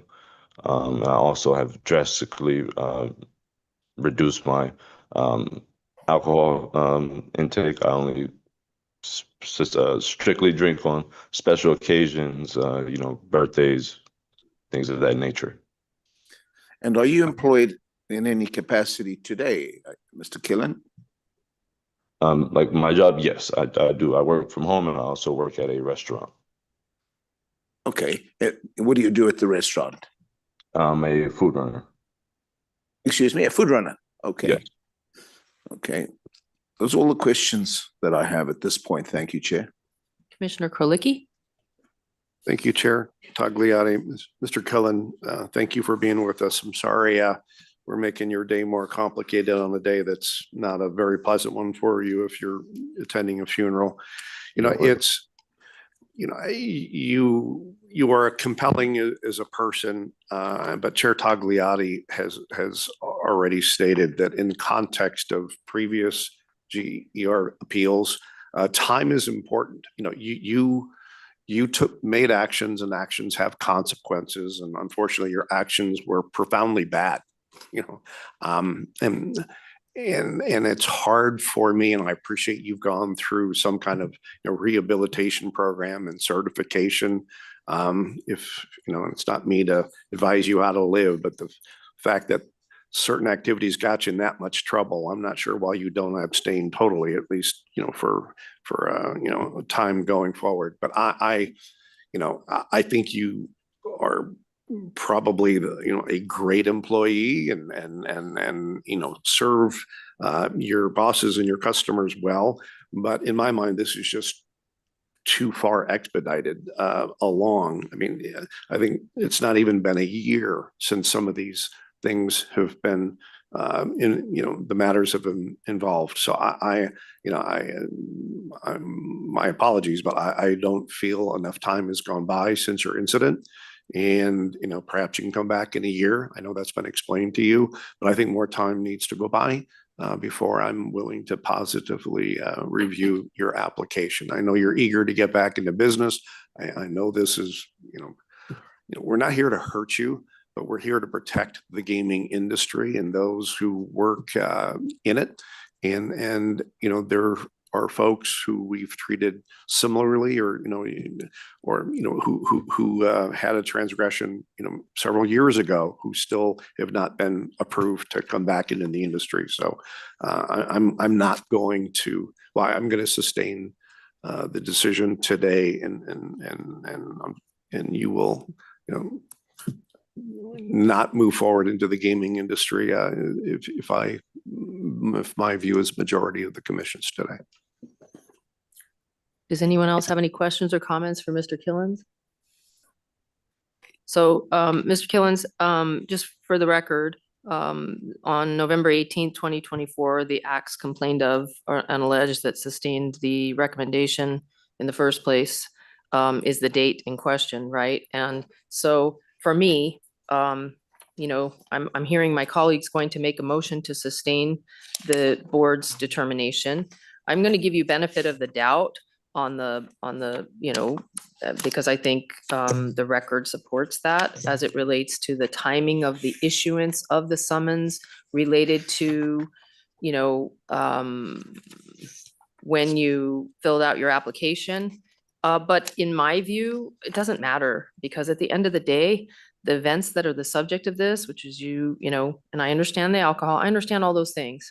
But the problem is, if it's as easy to pinch money off your bet, you know, and 17 months later, you're super sorry, and we all kind of are willing to overlook it, that's just not a standard I'm willing to embrace. So I agree with Commissioner Krolicki, and if he makes a motion to sustain the objection of the board, I'm going to vote in favor of it. Is there anything else? All right.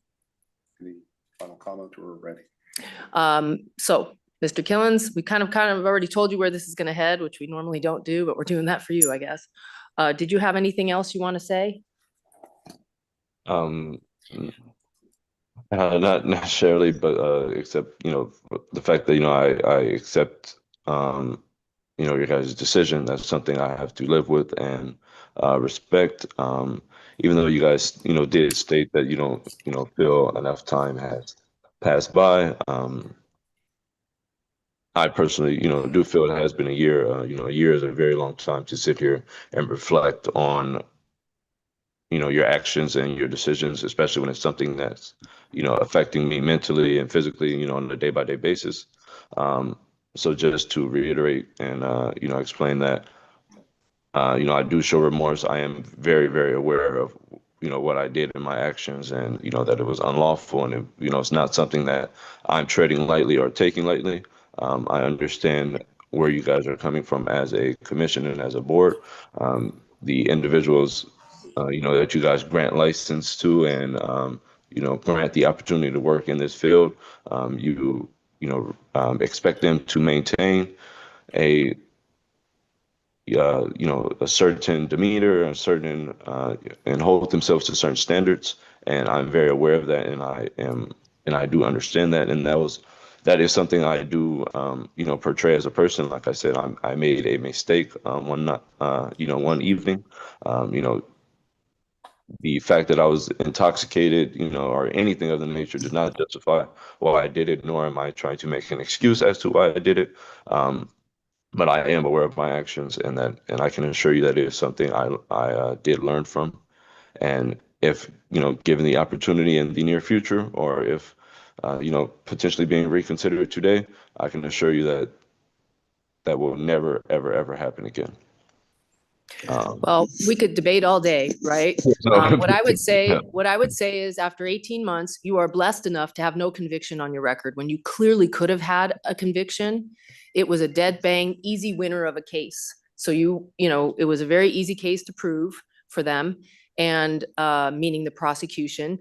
But everybody took into account, look, he's, you know, doesn't have much of a criminal history. Look, hasn't been stayed out of trouble. He's been you know, you've had the benefits of those things.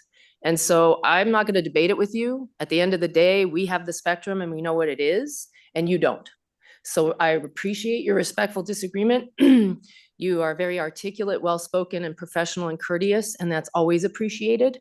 And you have the opportunity to come back in 1 year to make this pitch again. And I'm going to look into my crystal ball and guess that you're going to do well in that year. I hope so.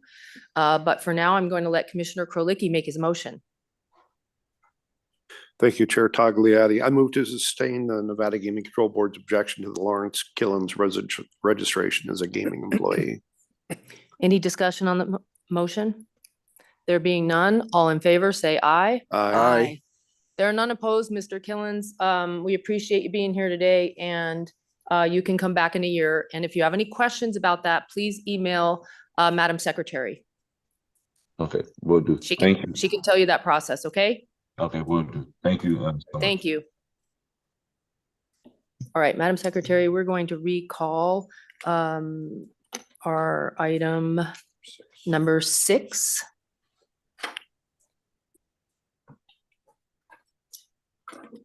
Okay, so Ms. Marianos, thank you all for your patience. I wanted to, I do the best to estimate how long everything's going to take and try to take something out of order. And so I appreciate that. So we left off and there was a question by Mr. Schoenfeld of our Chief Deputy Attorney General. If you want to restate it so we could go back to where we left off. Sure. So my question was whether or not when a waiver is sought and granted, if it has to be the full 25% or if it could be somewhere between the 10 and 25%. Thank you, Commissioner. The regulation does not provide for a scale. It says 25%. So I think that's a set number. Thank you. So I'm going to tell you where my frame of mind remains. And I did have the opportunity to look at the fidelity order. So the way the fidelity order is written is there were multiple subsidiaries of Fidelity, assuming that we're talking about the same order. And they were referred to collectively as Fidelity. So those Fidelity subsidiaries received a waiver collectively of the requirement to register after 10% or seek a license after 10%. So it was not each of the subsidiaries receiving a waiver of up to 25%, which would have caused the same concern I have with collectiveness. I have not heard a compelling need for both of these subsidiaries to each receive a waiver of the requirement so that they could collectively hold 50%. So my inclination would be that this order be consistent with the Fidelity order, where these two subsidiaries would be referred to collectively as Vanguard. But I also understand that's not the application you have submitted. So in trying to brainstorm for options to potentially give Vanguard what they are looking for, because this is really a hypothetical at this point. Again, nobody's explained to me why Vanguard would need potentially up to 50% or even 26%.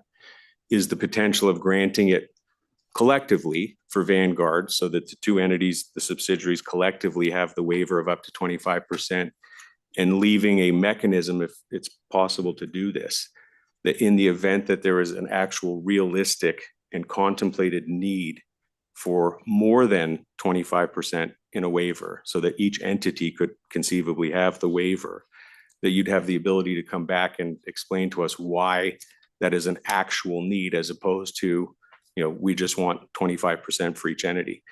But you are the lawyer. I welcome if you have other solutions. I think you've heard clearly from at least some of us up here that we have a concern with a collective waiver.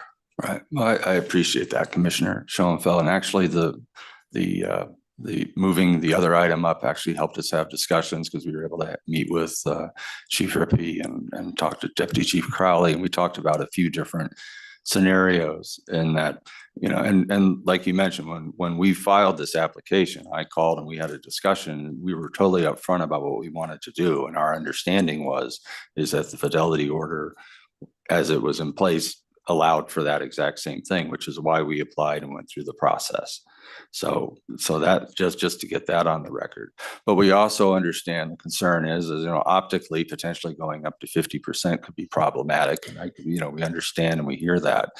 So as we were brainstorming different options, if you actually amend the order so that it just has the 25% together, the moment one of the funds goes to 15, the other one doesn't need to do anything. So it essentially eviscerates the ability to achieve what you're trying to achieve. If you break them off and we say, well, let's have a separate VCM order and a separate VPM order, then that doesn't resolve the concern you have about the collectivity going up to 25%.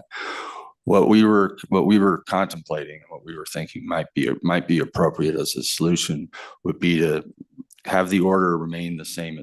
Read the same, where it's VCM and VPM both can go up to 25% each, but say collectively they would not be able to go up to more than 40%, because then you're not getting close to a 50% threshold. Because I get it, you get up to 50%, are you really being passive? And you get into those situations. So if they could each be limited to 20%, for instance, is sort of what Vanguard is, what VCM and VPM are thinking. And just so I hear it differently, so if the commission were inclined to, and again, appreciate the indulgence here, this is what we're supposed to do, or you know, this has, you know, as I've already said, I hold Vanguard in the highest esteem, and you know, I put the state of Nevada in partnership with all of you once upon a time. So, you know, nothing but respect. So this is about policy. This is about, you know, other companies, if they're in the future position, and it's to protect you and to keep you away from the governance part that you so strenuously, you know, avoid, you know, so, and again, appreciate that. But if there was a 20%, that would, for VPN, that would mean that the sister company would not be able to go over the 5%. So it's capped at the 25. Well, no, it'd be 20% each is what we would be proposing. And that's different than I thought we were talking about. So, but if you do so the 20, if they're so in capped at the 20 aggregate, Vanguard through these two vehicles could control 40% of a company's shares, even though you've got all the safeguards and separations. At the end of the day, voting shares, you've got 40% potentially. Right. One other suggestion that we were talking about, and there's been a lot of movement, but there was the idea, could there be a license condition that would state that should VPM and VCM go above 25%, that then they would be required to give 5 days notice to the GCB chair, and then there could be a determination about whether there would be a concern about these types of issues at that time. Let me ask you a question, or any of you a question. If, you know, appreciate the communication. We're quickly approaching 40% gaming control board. Just want you to know, how does Vanguard not have a role in the governance and future and looking at pillar 4 of your own, you know, investment guidelines for shareholders? Can that not be considered impacting governance and control and voting in a board? Yeah, so I will happy to chime in. I think the important thing when thinking about these ownership limits is to recognize that although we have 2 sub-advisors, across those 2 sub-advisors, we are advising hundreds of funds. And it is not the sub-advisors that own the shares in the publicly traded companies. It is the hundreds of funds that own the shares in the publicly traded companies. Each fund has a board, and the board selects a proxy voting policy for the fund, and then that is administered by our investment stewardship team. And so there wouldn't really be a foreseeable circumstance where any one fund would own up to 20% or 40% of any one company, because this ownership is diffused across hundreds of funds, each of which have proxy voting policies that are administered by the investment stewardship teams that service the funds under each of VCM and VPM. So we understand the concern, but we also think when you view it from the perspective of it's the funds that own the shares, and there are hundreds of them, it is not any one person in Vanguard or any one entity within Vanguard. It is the funds voting on behalf of the millions of investors that invest in the funds. And if maybe I could add, each of VPM and VCM has its own investment policy.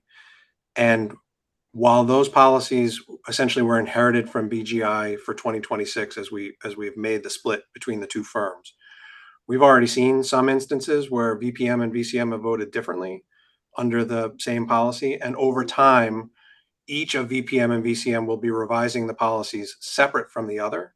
And so over time, we will see the policies begin to diverge from one another as each of the advisors interprets what it believes to be in the best interests of each fund's shareholders. And so we would continue to expect to see divergence of points of view between VPM and VCM over time. You're both very capable advocates for Vanguard, and I appreciate it, but you know, they could be different than diverging. They could be moving into the same direction. So I still have the same concern. It's still Vanguard at the end of the day. You know, and again, so much of this is counterintuitive to me. I mean, I want Nevada's gaming companies and our licensees to have this capital, to have the investment, to excite shareholders that they want to be part of the story. So, you know, but this document is talking about controlling governance, and I just don't know how you can avoid it, you know, even if things aren't coordinated. At the end of the day, it's still all part of the Vanguard family of funds, right? Can we ask the chair to speak to this? I know you've had a busy morning with the, you know, the special meeting, but so I'm springing this on you, but if you could address what we're talking about. I'd be happy to. First of all, thank you for the opportunity to address the commission. First of all, with respect to each of the entities getting to 25%, we held no concern over that, given the application, the quality of the licensee or the applicant and all of that. So we saw no issue with that. We felt, and I feel, it's a strong public policy to allow for this extent, to the extent that the entity is, the two entities involved are so ensconced in the broader economic stock market. It's important to, under the correct circumstances, allow our licensees to be able to participate and to allow companies such as this to invest in those entities. And the other thing I'll say is we have a very defined statute around prescribed activities. So that would be the trigger. And that's something that Chief Rippey and team can tell you that they look at, right? So irrespective of the amount, I understand there's a concern about the level higher you get, but it's quite clear that these two entities would not engage in prescribed activities. And if they were to do so, that they certainly would notify the board, and then that would become an entirely different calculus. So while the equity goes up to an amount that is of concern on its face, we have a very specific listing of prescribed activities that they will not do. And if they do it, they'll have to notify us and we will monitor it. And the other thing I'll offer as a practical matter, our group within corporate securities monitor this very closely. So we'll be made aware of this in almost real time within a number of days in terms of as they increase their shares. So what I'm hearing is this wasn't so much about the precedent of Fidelity necessarily, that your position and thoughts are that, I mean, this is very specific Vanguard VCM based analysis. It's not really that, because Fidelity's order was not the same as we found out. So I just want to make that, because that's what I'm hearing you say. You've said nothing about Fidelity, really. Right. No, we, from my perspective, I looked at this and the board looked at this from the perspective of what was going on here, right? We had two families of funds that are very, very heavily regulated. They each sought to potentially, they haven't gotten there. Potentially, there's a scenario where each could own 25%. That's understood. That was a concern. That was something that we want to look at, because you could argue certainly that in the aggregate, the overall entity would control 50%. And that is a concern. There's no question that that was looked at by the board and considered. But at the end of the day, they have a lot of rules in place to prevent them from doing anything that would be a defined prescribed activity. And if they did do that, then they would have to come to the board, and that would have separate consequences, and they couldn't continue to act as they've acted. So I would argue that with those defined within the statute, those prescribed activities, as long as they follow that, then that is a standard that has been well established. And if they do cross that line, it'll require a different filing potentially, and they certainly would make our team aware, and we would then consider them and look at them in a different light. So I think from a public policy standpoint, weighing it all out, the ability to allow our public licensees to participate and to have the liquidity that exists across these two funds is a factor that is critical. It's not the only factor, but when weighed against these entities that are, again, highly regulated, and we will find out they have to notify us if they begin to engage in prescribed activities, which practically speaking, they won't. But if they do, then that's a whole other calculus. So this idea of, well, they're getting to 25 plus 25 is 50, and there's a lot they maybe could do. I understand that concern generally, but specifically in the statute, we would, there's a call out for if they do things that they shouldn't be doing within this, this particular structure. So on that basis, we were generally comfortable in moving ahead. And candidly, I think this is an important public policy thing for the state to allow, again, to allow our licensees to, be purchased in the public market in significant ways. But one thing we don't want to have is exactly what happened this morning, which is, well, Vanguard did it and there's precedent there, because this was a very Vanguard specific analysis that you're giving us, as opposed to some other entity, that applicant that did something else. And so with that caveat, I don't know if I saw hands going to green, then there were no hands on green. So I'm going to express one of my concerns, Chairman Dreitzer. Prescribed activity, there's a definition for it, understood. Under Regulation 16.430 subsection 3, there is a list of activities that are deemed not to be prescribed activities and therefore permissible, one of which is voting directly or indirectly through the delivery of a proxy furnished by the Board of Directors on all matters voted on by holders of such voting securities. And I am going to surmise that when that regulation was passed, it was based on an understanding that the waiver was up to 25% and that it wasn't contemplated that, for example, in this instance, Vanguard would have two subsidiaries that could effectively vote 50%. And so I appreciate what you're saying in terms of they can't engage in prescribed activities and there's ways to monitor that. But I don't really see the statute, the regulation 16.430 subsection 3 ever having contemplated the collective ability to hold up to 50%. And I think I gave a hypothetical. What if they break off a third subsidiary? Now they get another waiver. It could be 75%. I also appreciate that we want investment dollars into our PTCs and that benefits the community here, benefits Nevada, and benefits our licensees. I just so far haven't figured out what the solution is because my concerns have not really been alleviated. Could I make a potential suggestion then? I think Commissioner Schoenfeld, along the lines of what you're talking about earlier, or potentially, they could invest and then maybe notify the board, and then the board would have the need to either administratively approve it or potentially bring it back before the commission. But that may be an idea. I think maybe the first thing to do is to figure out what level of comfort you would seek in the amounts. I see what you're saying, but at the same time, I think this is a pretty unique circumstance. This is entities that have tremendous guardrails and have been discussed at length by the individuals at the board meeting and now at the commission. So, it's a policy thing. And I will say on the record, I have comfort that practically speaking, they won't be able to aggregate to bring up about any of the concerns that are reasonable, but practically they're no concern. So that might be a solution. I'm going to ask Ms. Caruso, is it possible to grant the collective waiver, and whether it's 40% or it's just up to the 50%, but put a condition on that once they collectively exceed 25%, they have to, confer with the chair of the Nevada Gaming Control Board or get approval in terms of exceeding that?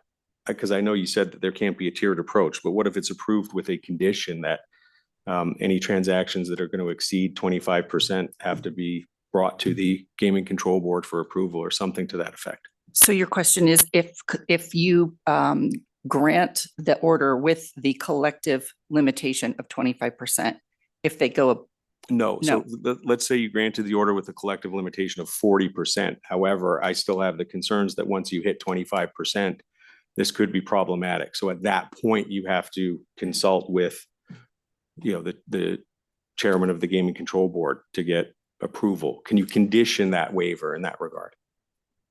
I don't believe you can condition the waiver for 40%. So let's say it's 50%. Can you condition that once they hit 25%, they have to seek some form of approval, submit something for approval so that the Gaming Control Board can have a level of comfort that they're still not engaged in, prescribed activity? If you are collectively giving them 50%, 25% each, Yes. the regulation automatically addresses if they go above 25% that that the waiver no longer applies. Well, no, if we grant each waiver today, so that both VCM and VPM have a waiver, that triggers our concerns, or at least my concerns, that they could each own 25%.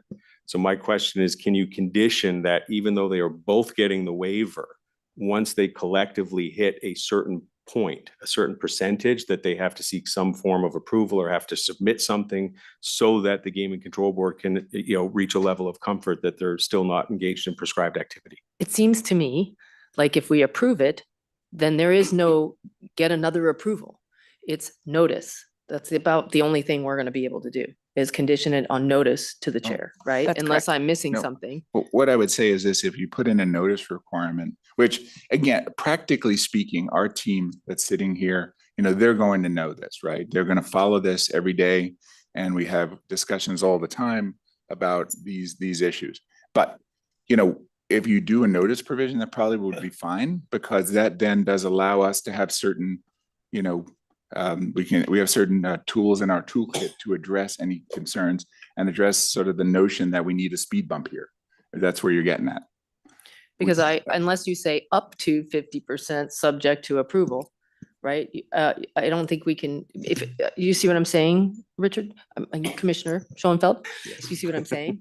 I hear what you're saying. I'm trying to think of a machination that gets that done. And it's like a lot of intellectual gymnastics, but I don't know with an inability to tier and an inability to do anything less, their approval within an approval is not probably consistent with our limitations under the, right? Do you disagree? I don't disagree. It wouldn't be commission approval. They could potentially do something that would allow for board chair administrative approval, but I think notice is sufficient for the purposes based on what the chairs indicated and what we know that corporate securities will do as far as reviewing the conduct of the licensee. You're saying that we could grant, we could approve this and then still require a condition that they get administrative approval? Because that's what I'm hearing was suggested. And I was thinking, how do you require administrative approval for something you just approved?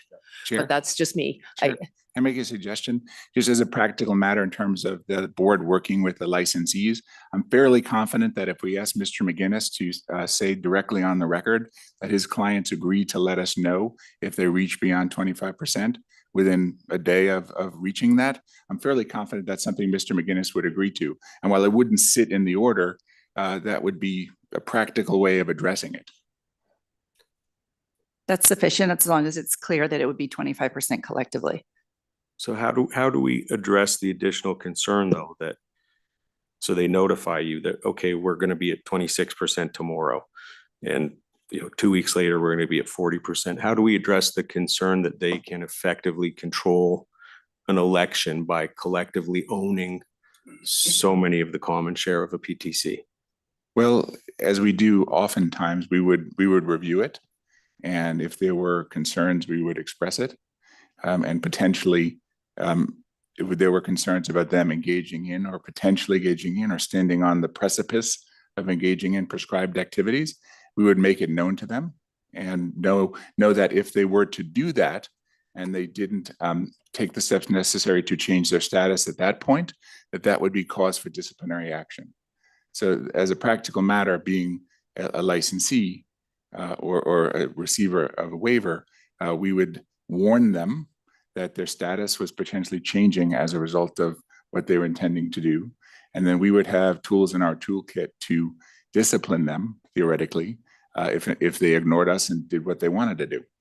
Tell me why my proposed solution of giving a collective waiver, but acknowledging that they could come back in the event that they are actually getting close to exceeding the collective 25% to seek individual waivers doesn't solve the problem. Well, it solves the problem from the perspective of the core concern, certainly. However, from the perspective of timing, we always have this issue where what you're doing, rightly or wrongly, and certainly I understand the policy goal behind it, you're adding what would be upwards of 45 days plus to the process where they may need to or seek to act quickly in the public market.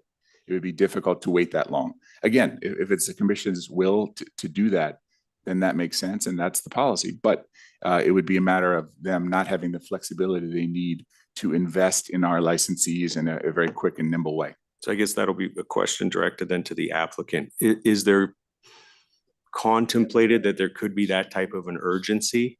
You know, if you hit 15% and you say to yourself, you know, in the near future, we might actually get to 25%, or if you're at 20 in the near future, we might actually get to 26%. Is that something that could happen that quickly, that, you know, there'd be a concern that you wouldn't be able to get that approval in time? Some apologies. I think there is a concern with that because you effectively have with these two entities, for instance, say VPM goes to 24% in the company, and then say VCM wants to acquire 3. That's a different scenario altogether.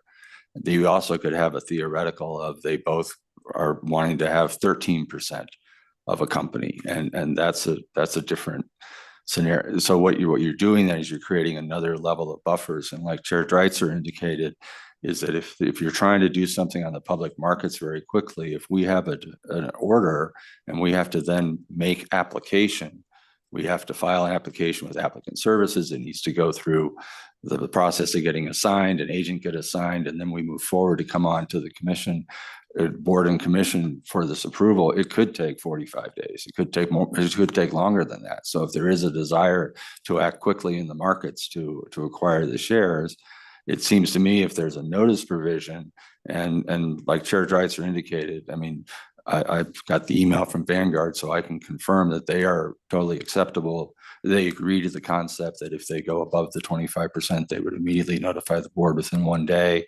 Certainly we'll have the discussion points that we need to have with Chair Dreitzer and staff. And then you can look at what the issues are underlying the situation at hand. I think the main piece there would be to make sure that you're trying to confirm there is no collusion happening, but I don't think that based upon how the two funds govern because of the separateness of VCM and VPM, I don't see how that would come together as something. Yeah, Mr. Reagan, and that's not a concern. Again, these are honorable people doing important things, and totally get that. So again, I'm sorry this is abstract, but they're not an acquirer. This isn't merger and acquisition. That's not a takeover. They're mimicking indexes. So I don't understand how alacrity is so critical to their activities, because they're not going to be making such dramatic voluminous moves, because that's not what they do. They're an index fund. Yeah, and so I know we need to bring this to a conclusion. And again, the folks at Vanguard, nothing but my greatest respect. I want you to, pour shareholder monies into incredible Nevada companies. And I mean, it's all good. So I mean, some of this is so much against my personal stream, but you're asking for a waiver for something that you won't engage in corporate governance and other things or activism. And that's a different question as a regulator we're being charged with, and whether what you do every day is a good thing for these companies. We've answered that. So I don't understand why a cap isn't there. Perhaps, and Chair Dreitzer, not to put you on the spot, but just tell me what the tools are. I mean, so, we've got all these safeguards, but Gaming Control Board understands just by communication or by market analysis or reading in the newspaper that, suddenly one of these funds are collectively, they're over 25% ownership. what are the tools in your box that you would take? Would you remove the waiver? Would you make them come for suitability? What are the things that you would do that gives us comfort that in this pathway we could be opening very well today, that it can't be abused, that, and not intentionally, but just your passive funds have a volume that can control, a board holder, a shareholder resolution for governance and board membership and other things that we would find not passive. No, I think that's a fair question. And what I want to do is to give the commission some insight about practically how that works. So what I'm going to do is I'm going to ask Chief Rippey to come to speak to that. If not, Deputy Chief Crowley, whoever.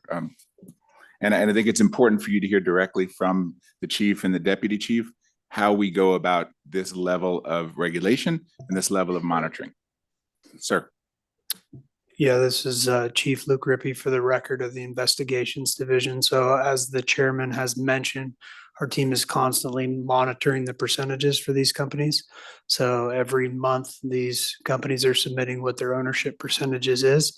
So any fluctuations in those companies, we would become aware of very quickly. Also, there's certifications quarterly that they send to us as well. Additionally, I believe that any ownership percentages that got to levels that we would be concerned with, we would have some type of correspondence with the institutional investors as in regards to, what's actually going on here, what's their intention, why are they exceeding, those types of ownership percentages. I also believe we would have the ability, and you can confirm, but if it got to a point where they were engaged in prescribed activity, or we believe that the investment was not held passively anymore, we would have the ability to call the entity forward, and they would register as a shareholder or a controlling beneficial owner. Deputy Chief Crowley, I don't know if I missed anything. Sean Crowley, Deputy Chief Corporate Securities for the record. No, you didn't miss anything. If we thought that they were reaching a level where they're influencing operations or influencing the boards of various companies out there, at that point, we'd start looking at them as a controlling beneficial owner. So they would be required to file an application and, of course, go through the whole process and ultimately for your approval. So I wanted to give you that perspective, but really it's a call forward. And then at that point, subject to all of the tools in the toolkit around discipline and going through the suitability process. Yeah, totally appreciate that. And, with all this conversation we've been having, both at your meeting and now ours, that's the part that's been missing. I have complete faith in the Gaming Control Board to do its job. And, as long as you're telling me you've got the tools that if, far below 50%, that it will, we can't say automatically trigger, but it gets your attention and you have, you can bring them back to, that they are beneficiary out of this or suitability, whatever the words are, I'm comfortable with that. This has been an abstract conversation. We've, tortured a lot of people watching this, and my apologies, but, this is, it's important. And sometimes you create rules and there are unintended consequences. And I just want to make sure that unintended consequence can't happen. And, until the last few minutes, that's not been clear. It's all been, safeguards and this, but if we're approving it, we're approving it. And I would also urge as we go forward, just consistency. When we do this, I don't want to treat Fidelity and Vanguard and, Abbott funds differently as we go forward, just as long as we can be consistent. So with that, and my friends at Vanguard, great partner with Nevada, $29 billion in college savings on behalf of Nevada families. I will absolutely support this, but I think the message is clear. I do think this has been a healthy exercise. A little narrow and obtuse, but it's important. And thank you. And I believe the Gaming Control Board absolutely has tools to take care of it. They've given me an assurance that they will do that, and I will support.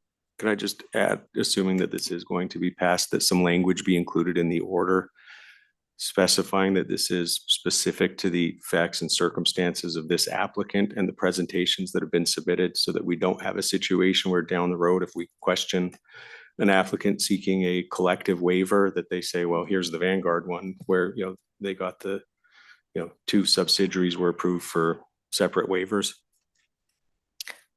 I don't see why not.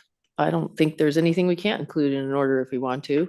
I would say that I hear what you're saying, Chair, that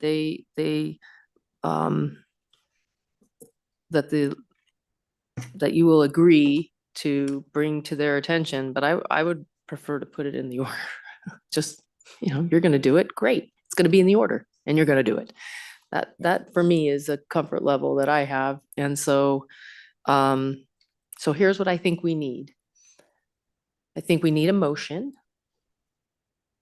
I think there's two references to, perhaps if you don't mind making the motion, since you have some specific language that you would like to include, if you could include that in the motion, as well as the notice requirement in the that it be included in the order.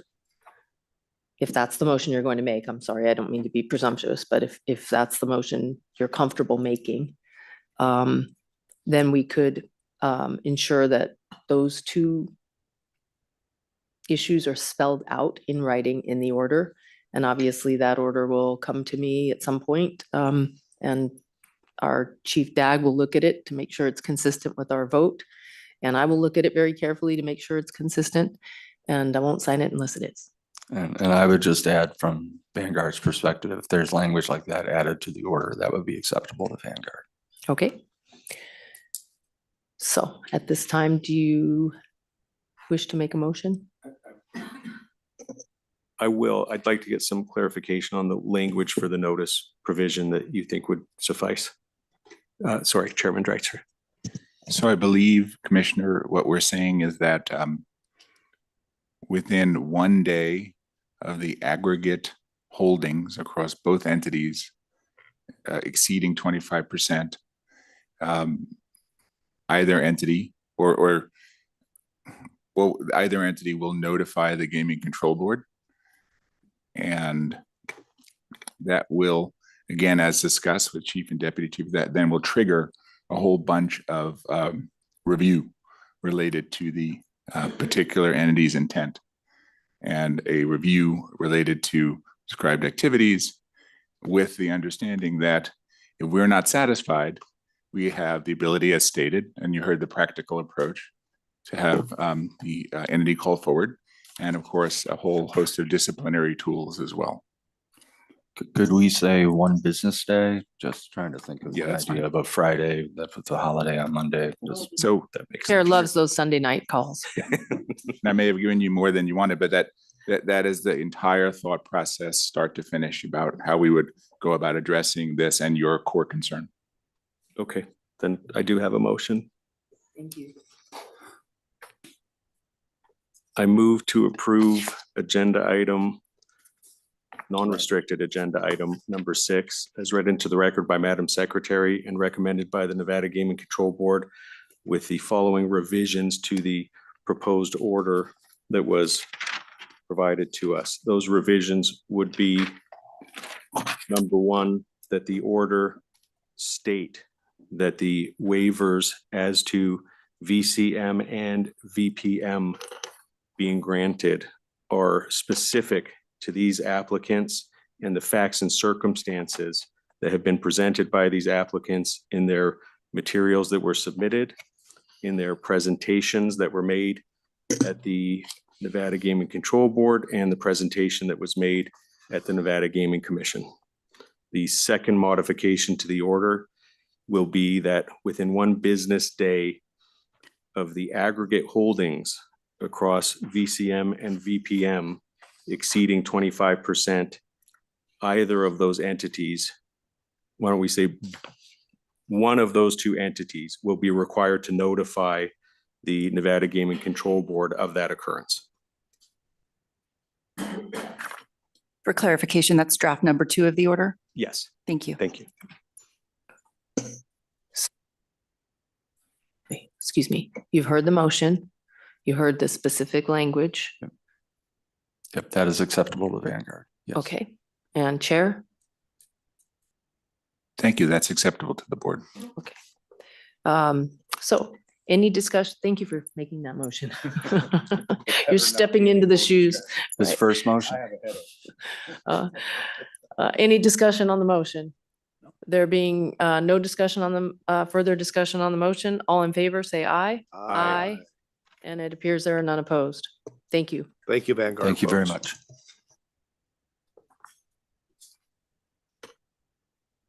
Madam Secretary, that brings us to non-restricted number 7. Non-restricted number 7 is the application of C&C 4455 LLC for a transfer of interest as noted on the agenda. The recommendation of the Gaming Control Board is for approval, and I believe we have a disclosure on this item. Dennis Gutwald with the law firm of McDonald Carano. With me today is Chad Conrad. Did you say you had a? I have a disclosure. I'm sorry. I have a disclosure to make. I am a practicing attorney at the law offices of Chesnoff and Schoenfeld. My partner in the law practice is David Chesnoff. David Chesnoff holds a minority ownership interest in a vendor that provides services to Virgin Las Vegas. I have previously represented the business interest, but am no longer providing legal services to the vendor. I do not hold any ownership interest in that vendor. My associate at the law practice serves as the resident agent, but does not receive compensation related to that service. I conclude that the independence of judgment of a reasonable person in my situation would not be materially affected by this relationship, and this is not a clear case of a disqualifying conflict of interest. I am going to be voting on this matter. Thank you. Dennis Gutwald with the law firm of McDonald Carano. With me is Chad Conrad. Welcome on board, Commissioner Schoenfeld, and congratulations on your new role as motion maker for the commission. I'm going to give just a very brief discussion of the reason for this application. I thought a decent record was built at the board meeting. Chad and Cliff Atkinson own C&C 445, which is the owner of MGNV, which does business as the casino at Virgin Hotel Las Vegas, a non-restricted licensee. Cliff found a more interesting, exciting job and is off to that. And as part of the arrangement for running it, he is leaving the business. He is transferring his interest to his 51% interest to Chad. There's no compensation involved. There's not a tremendous amount of value in assets in that company currently. And with that, we'll open it up for questions. Commissioner Marcintonis, questions? Yes, certainly. I realize, and good to see you again, Mr. Conrad. You seem to spend a lot of time in front of us. It feels like it's the third or fourth time in about a year. Good to see you too, Mr. Gutwald. Happy to be here with you. Yeah, and if quickly, you did mention the Gaming Control Board that you've seen excellent results recently at the property, and particularly in the first quarter, if I'm correct. And I was going to ask you to what you attribute as the reasons for the sudden success. What have you changed yourself and Mr. Atkinson while he was there that swung the pendulum so quickly? Good afternoon, Chair Togliatti and Commissioners and Madam Secretary. It has been a short time. I think it was just about a year and a month ago that we began running the casino at Virgin Hotels. I'm very familiar with the property, with the casino. I've been at the property in total of about 25 years, and familiar with what has worked, what hasn't worked. Tried many things and probably tried and failed many things over that time. I really think the success has been just a return to some basic fundamentals on understanding our database and our customers' behavior, what those customers want from a service standpoint, from a product on the floor, operations standpoint, and things that I think myself and previously Cliff and I had determined were we're, you know, tried and true, proven model for success throughout the industry. Well, very good. That's, well, excellent. It's always good to hear positive news about gaming entities. So well done in that case. I don't have too many questions about the transaction because really what it is straightforward, that moving Mr. Atkinson's share to yourself. That's correct. He's now CEO of the Fremont Street Experience or something like that? I believe that's correct. That's right. Okay. Okay. Thank you. Those are my key questions. You do chair the compliance committee, which came up in the Gaming Control Board. Is that right? Yes. And you do have some help now in running the property and the CEO, a new casino general manager, not a CEO, right? Yes. I hired a casino GM, Jim Sims. Right. He has a history in Las Vegas, a number of jurisdictions, many years of casino background. That was just about a month ago, I think it was, that he was hired. So I'm sure he'll be in front of us sooner than later. But good. Thank you. Those are my only questions today, Mr. Conrad. Thank you, Chair. Commissioner Schoenfeld or Krolicki? Thank you for being here. I have no questions. Thank you. After the last item, can we talk about going back to the rehab pool at some point in time? I think that's no longer our As you made business clear, model you that said we there prefer. were issues with that, so good on you. Now, I think the Gaming Control Board did an exhaustive and thorough and wonderful job talking about you and your compliance. You're just extremely, perfectly qualified. You've been doing this for 25 years. The only opening I think I have in all of this, and it's not been asked, is you discussed perhaps some new marketing efforts that were going to be coming out in the next week or two, and it's been a week or two since you were in front of the Gaming Control Board. Any updates on that or some of your marketing pivot that you anticipate? Yes, actually, 2 days ago on the 19th, we released a new locals focused marketing campaign. Locals get more. Hopefully you'll all be seeing it soon on billboards, commercials, radio. What we tried to accomplish was just bringing a much needed locals presence back to the property that probably wasn't maybe done well over the last several years, and a focus on value that we think not only our property but probably many others in Vegas need to look at. Just good product at a reasonable price. Good. So thank you for that. Now, the transaction is compelling. I understand the reasons. We wish Mr. Atkinson the best in his new role I don't know how long he's been doing it, but at the Fremont Street Experience, and I'm delighted to support it. And you've earned this, you've been living this, and it's appropriate that this transfer happened for you. And I just wish you the best of luck in the property and all those folks that you employ and entertain. Thank you. I don't have anything to add or ask. I appreciate your patience today and being here and speaking with us. And I also support the application. So at this time, I'm going to call upon Commissioner, looks like Commissioner Marcantonis is ready to make a motion. Yes, thank you, Madam Chair.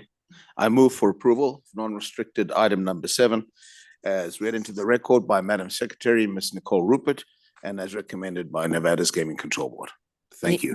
Thank you. Any discussion on the motion? There being none, all in favor, say aye. Aye. And there are none opposed. Thank you. Thank you. Thank you. At this time, I'm going to ask Madam Secretary to please read in non-restricted number 8. Non-restricted number 8 is the application of Robert Walsh for licensure as a director and officer at Aristocrat Technologies, Inc. The recommendation of the Gaming Control Board is for approval.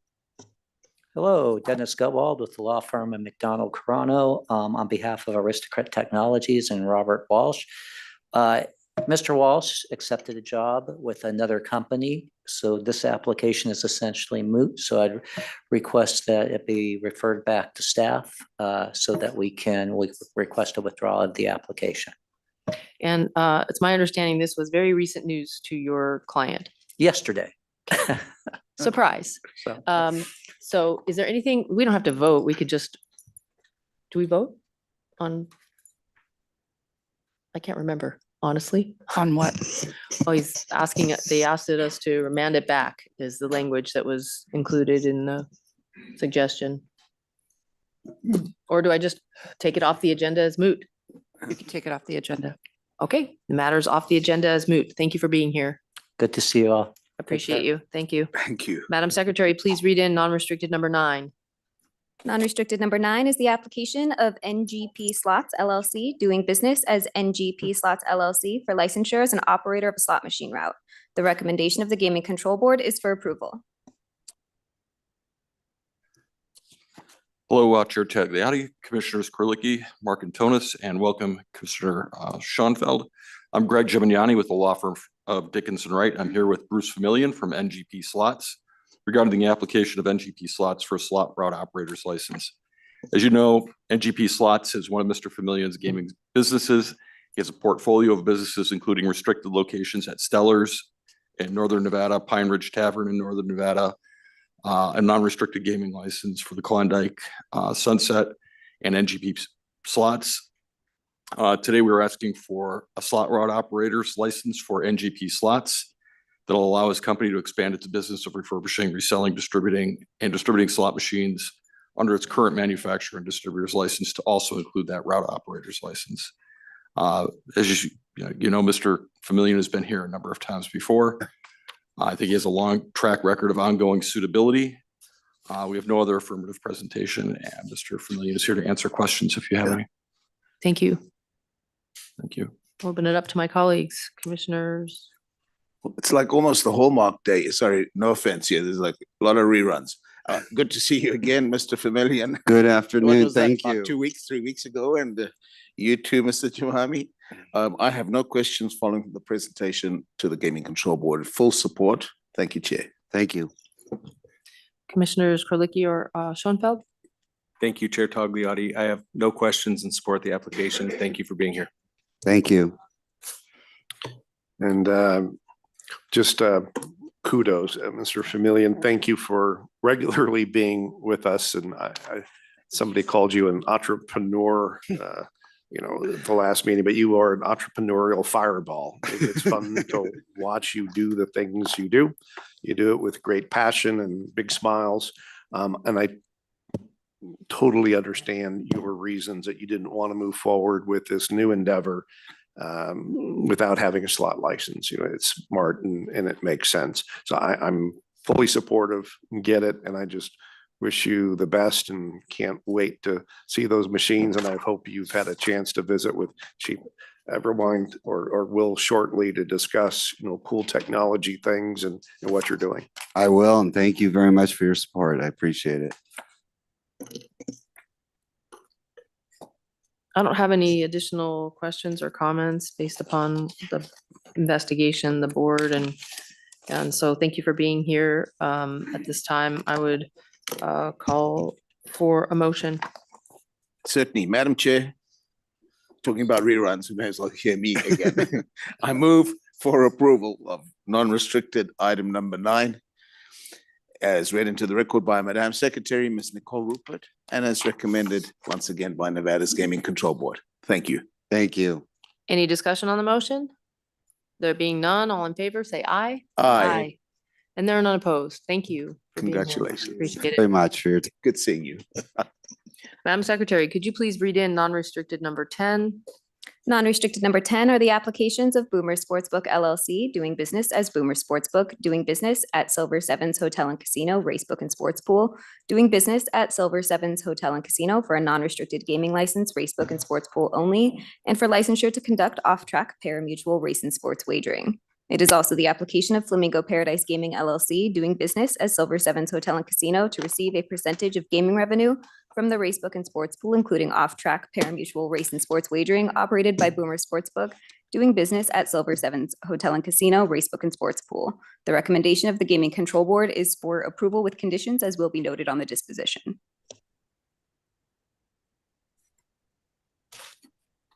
Afternoon. Good afternoon, Madam Chair, Commissioners, Commissioner Schoenfeld, congratulations on your appointment. It's a privilege to appear before you.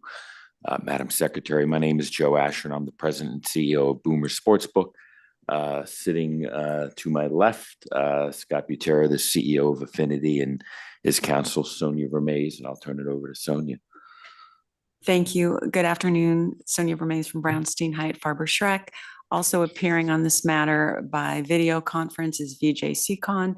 He's with Sidley and he's outside corporate counsel.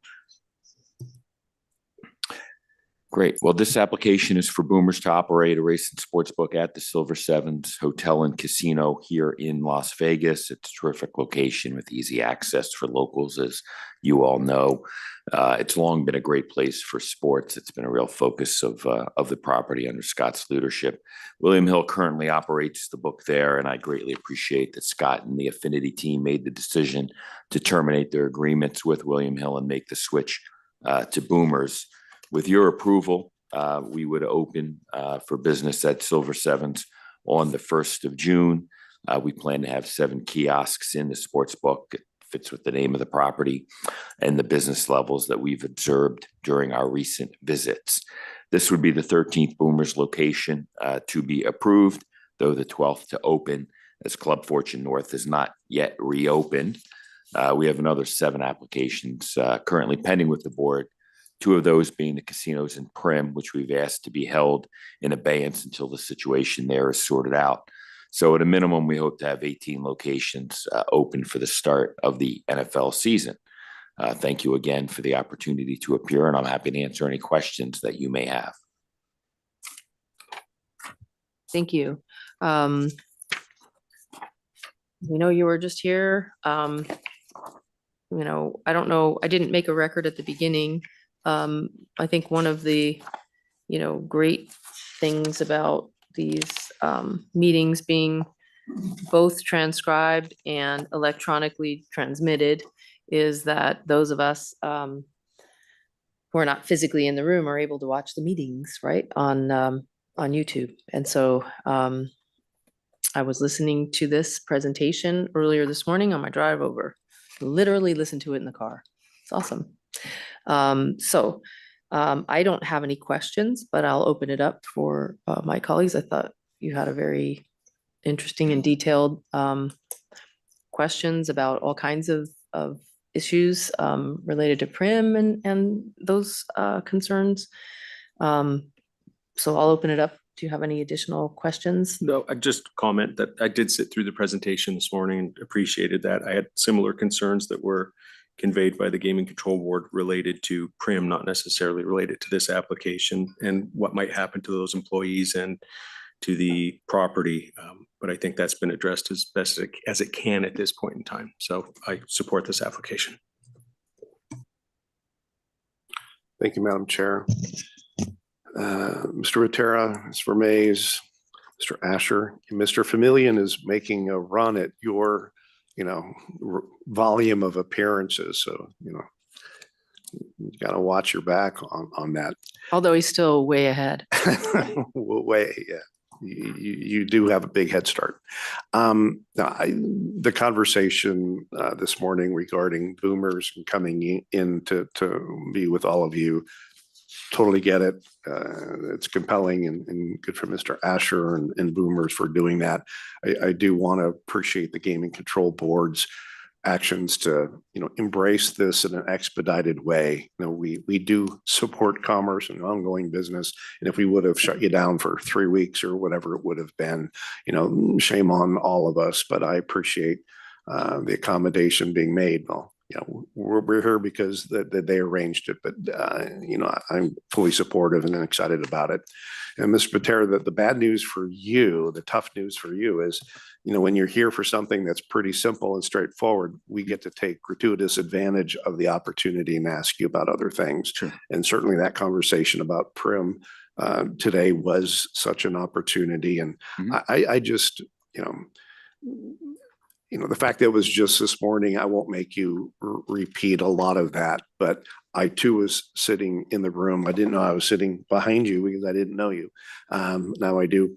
And whether the employment, the 330 souls, I think, that are employed there, the gateway to Nevada on I-15. I mean, there's so many things going on with little old Prim, and your attestation, verbally at least, that, all that your company can do to facilitate these people, the town of Prim, this facility, the highway activity, and whether it's, perhaps the current suitor, who's perhaps around, or others, that's just really important. And as a licensee and a longtime Nevadan, we appreciate, you doing that. But, again, I just hope we can hold you to that record that you made this morning, because we're all in this together, and we just need to make sure we take care of Nevada and the people who live in it. All right. That's completely understood, Commissioner Quigley. And I would like to thank the commission for, again, expediting this process. So thank you, Chair Tagliati, Commissioner, and welcome, Mr. Commissioner Schoenfeld. So, but we do appreciate that, and we are doing everything. And it's not something that started yesterday or months before. We've been working very hard, at least since I've been in control of Affinity, to try and make things work. But, as a tenant with a difficult lease and an expensive property and increased competition every day in California, just read this morning about the success of the Hard Rock, et cetera. It just became a very difficult thing, and we've been losing money for years there. And we understand you're in business to make money. There are reasons you're making, difficult decisions, and I know we know they're difficult. But as much as we can ameliorate those things, because it's so unique, it's not one of many. It's at the gateway, the doorway to Nevada. Yeah. So that makes it extra important for us. But the matter at hand, fully support. Boomers continues to boom. I'm sorry for that, but I eagerly support what you're doing, and I wish you the best of luck. Thank you, Commissioner Quigley. Anything else? Nothing further. Do you have a motion, Commissioner Markantonis? Yes, I do. Channeling Rosa. Madam Chair, I'm pleased to move for approval for non-restricted item number 10. With conditions and as written to the record by Madam Secretary, Ms. Nicole Rupert, and as recommended by Nevada's Gaming Control Board. Thank you. I'm sorry, did you say there were conditions? I thought I heard, but I may be incorrect, Chair. My recollection was there were conditions. There's conditions. There were. Okay, I'm sorry. No, I did say. All right, so any discussion on the motion? No. There being none, all in favor, say aye. Aye. Aye. And there are none opposed. Thank you. Thank you. Appreciate you being here. Thank It's been a long day. Thank you for so- sitting through today. Yep. Thank you. Very well done, Mr. Seacon. Great to see you, Brad. Thank you. All right, Madam Secretary, I believe that brings us to our restricted item held out for discussion. If you could please read in restricted number 2. Restricted number 2 is the application of G Choice Operating LLC doing business as GG Choice for a restricted gaming license. It is also the applications of Gina Gill and Satpreet Gill for licensure as a member and manager. The recommendation of the Gaming Control Board is for approval with conditions as noted on the agenda. Good afternoon. Good afternoon. Good afternoon, Madam Commissioners and Madam Chair and Commissioner. Is it on? I'm sorry. Now it is. Could you restate what you just said? Thank you. I said good afternoon to you all, Madam Chair, Commissioners, and Madam Secretary. Thank you. We appreciate your patience as well and being here. Did you wish to make your presentation? Yes, my name is Gina Gill. I'm the owner who has applied for an application for gaming for the business that I'm going to be purchasing in Nevada. This is my second business in Nevada. So me and my husband is going to be overseeing that. Thank you. So did you have anything you wanted to say, or would you like us to just ask our questions? No, it's just like both of us are in the process where we have 3 children, and I'm a physician, and our 2 daughters, they're taking over most of my practice. I've been a doctor for 40 years, so I'm trying to have not a lot of those night calls and things like that. So we bought a house over here a couple of years ago, and our son is taking over a lot of our Arizona operations. So Gina's wanting to be here more, and both of us to be here together. That is our aim. Thank you. Thank you. So you are transitioning out, you said? 40 years, a long time. I know. Wow. That's a lot of Not call. not including the med school and all those undergrad years Yes. as well. But it's been good run. I've enjoyed it. Well, I will open it up to my colleagues for any questions or comments. I just have one question. I understand that your son is involved in the Arizona operations, but not involved in the gaming operations. I'm just curious, how long do you anticipate it will take until he proves himself and then has the opportunity to participate in the gaming properties? Well, he is a good kid and he's been doing well. So I have given him some opportunities to come in and oversee the business that we already have in Nevada. I have tested him. He's a good kid. He doesn't gamble. He doesn't smoke. He doesn't drink. I think as a good parents, we have been a good role model for our children. So all three of them have been very obedient in the sense that they have followed our footsteps in a manner. So I'm very confident he'll be doing well, but I am giving him 2 years. So he has to prove. I've been in the business for last, I would say, since 1990. And we have grown quite a bit in Arizona and California as well. And but it's all in the family. Great. Well, hopefully we see him as an applicant in the future. Sure, he'll be coming here. Yes, thank you. Dr. Gill, you're going to have a tough boss. I know the Gaming Control Board asked that. Are you ready for it? But you thought you were prepared after 40 years of medicine. It's so nice to meet you. I had a chance to watch and the Gaming Control Board meeting and others, but it's just, I love your story. I love what you're doing. Thank you. It is a pleasure to meet you. We take gaming regulations seriously. If you haven't noticed that after sitting here for a couple hours, and even folks like Vanguard. I thought you were kidding when you said that you'll be here for a long time. I thought it was like last time you were here for like 10 minutes. So I was thinking that I never kid in the I didn't know hallway. it was for real. I never get in Sorry. the hallway. But no, I think it's wonderful. I have to ask, so how old is your son?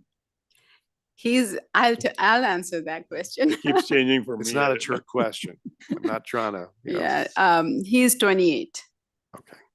So you've been doing your business activities longer than he's been here, if you will. So I wish him well in his probationary period of 3 years, I think I heard.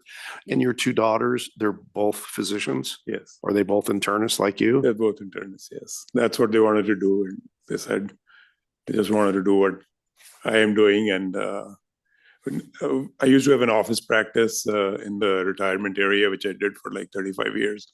But now we do consulting in the psychiatric facilities, drug rehabs and stuff like that. So providing the medical support. So that's what they want to do. And well, that's excellent. Again, you've done something right and something's in the water. So, be proud of your children, even the one on probation. I use that line where my grandfather was a doctor on my mom's side, dad was a doctor, the two girls are doctors. I said, we didn't know anything better to do with our lives. We just became doctors. No. Thank you. Good on you. She's married to one. I've got a brother who's one. We know what it takes. So you sit here smiling, and probably that's why you're beaming, because it's something behind you. But again, what a great legacy. You're not even leaving, because now your daughters get to carry it forward, and I'm sure they'll be discussing things within HIPAA rules regularly with you. The rules that I hear sometimes is that it's an underhanded comment, which some of the nurses give sometimes. It says, we are glad that your doctors are not like doctors. So, usually when we have non-restricted applicants, we talk about, just the gaming community in Nevada and the value added, and it's a tribute to the industry that you're here and doing these kind of things. But in this case, in a restricted license, I feel the same way. I have no doubts that you will do it exceedingly well. You took the the restricted seminar. And Yes. you pass that. If you can pass that, you're tough metal. But you're a welcome addition to the restricted licensees in the state, and I know you'll do it well. If you have any issues, you know who to call. But I'm proud of your story, and you've been here, but officially welcome, Dr. Gill too. But Thank you. Thrilled to support your application today. Thank you. How old are your daughters? 32. The oldest one Thank just you got for married. asking her those questions. Like I say, sometimes as always their age keeps changing. So she can probably tell you by the hour and days how old they are. And to me, it is always. As a mother, I would say that we bear the pain. And so we remember every moment. How old they are. To me, I'm always off by a year or two. He forgets the anniversary, so hopefully he'll be correcting that. So they're 32 and The oldest one got married, she's 32, and then the number 2 is 30, and the son is 28. they're in practice with you. They are, yes. So no chance they're going to move to Nevada and practice medicine in Nevada. Unlikely, no. Oh, too bad. Until unless we Thank find you. a psych hospital, so who knows? Yeah. Well, we are in desperate need, so that's why I was asking. Anyway, I digress. I support your application and I don't have anything additional to ask. Do you have anything else? I'm as equally impressed as my colleagues, full support of you both. Thank you. Thank you. Thank you so much. So at this time, I would ask if one of you has a motion, Commissioner Schoenfeld? I will move to approve restricted agenda item number 2, subject to conditions as read into the record by Madam Secretary and recommended by the Nevada Gaming Control Board. Any discussion on the motion? There being none, all in favor, say aye. Aye. And there are none opposed. Thank you. Thank you very much. Thank you so much. Congratulations. I've been trying to not say aye so many times. It's like you sit at lot of these medical executive meetings and it's like a automatic, and so many times I'm glad I was able to keep quiet and not say aye in some of these. I'm sorry. Thank you so much, everybody. We appreciate it. Yes, very, very delightful. Next agenda item. If we could take a 5-minute recess for the court reporter. Yes, yes, we sure can.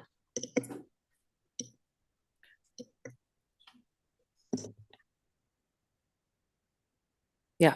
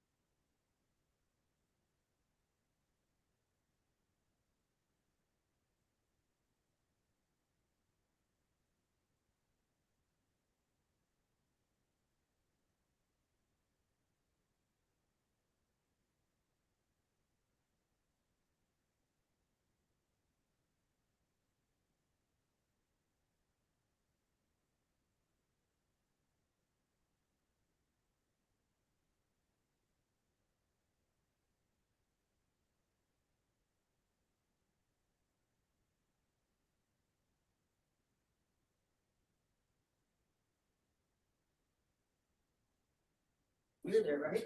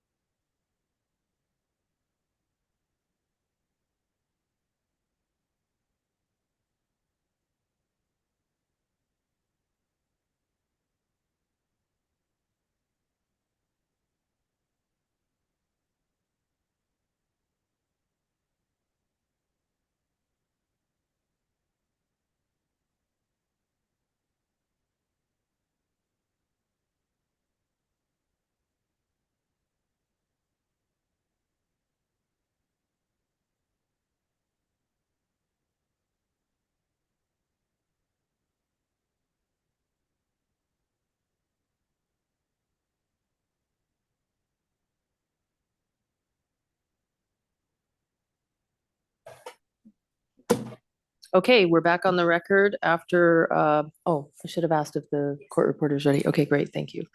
Madam Secretary, if you could read in, please, our next agenda item. Next, for your consideration, you have 4 regulation items. The first is regarding proposed amendments to Nevada Gaming Commission Regulation 30 as noted on the agenda. Thank you. Good afternoon, Chair Tagliati, members of the commission, Madam Secretary. Also, welcome Commissioner Schoenfeld. For the record, I'm John McKellar with the Attorney General's Office. I have a rather large package of proposed regulatory changes to Regulation 30 before you today for discussion and possible adoption. The proposed changes are contained in a draft dated March 19th, 2026, with a proposed effective date of June 1st, 2026. The board recommended this draft to you on March 19th, 2026. The overall purpose of the proposed changes before you today is to clarify and update Regulation 30 as a whole. This project arose as I was working my way through the Torres cocaine horse case and the Castillo meth horse case. As I was working my way through those cases, I noted many divergent disciplinary paths and issues. The proposed changes create one clear disciplinary path and address the disciplinary issues I noted. The proposed changes also make it clear that the board chair or designee acts with regard to horse race matters and not the board as a whole. Some examples of these acts include licensing of individual participants like owners, jockeys, and trainers, being present in a restricted area of the track, and taking license photos. Reports are still filed with the board. I will not specifically highlight these changes as I go through the sections. Another proposed change made throughout the draft before you today is the removal of gender-specific pronouns. As this change is self-explanatory, I will not highlight it as I go through the draft today. I worked extensively on these proposed changes with the Enforcement Division, specifically Supervisor Andrew Olson, who is the board's expert on horse racing and who is much more knowledgeable about horse racing than I ever will be. Supervisor Olson also provided me with the Enforcement Division's desired changes to Regulation 30, and these are also incorporated into the draft of proposed changes before you today. Supervisor Olson is present virtually today, as is our new state steward, James Openshaw. With this introduction in place for the proposed changes, I will dive into discussion of specific changes. New 30.0565 defines ARCI, providing for a shorthand reference to the Association of Racing Commissioners International and consistency throughout the regulation. New 30.0605 defines BAR, as this is an important disciplinary term which is presently undefined.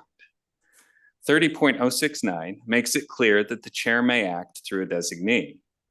New 30.0775 defines discipline and makes it clear what categories are included as such.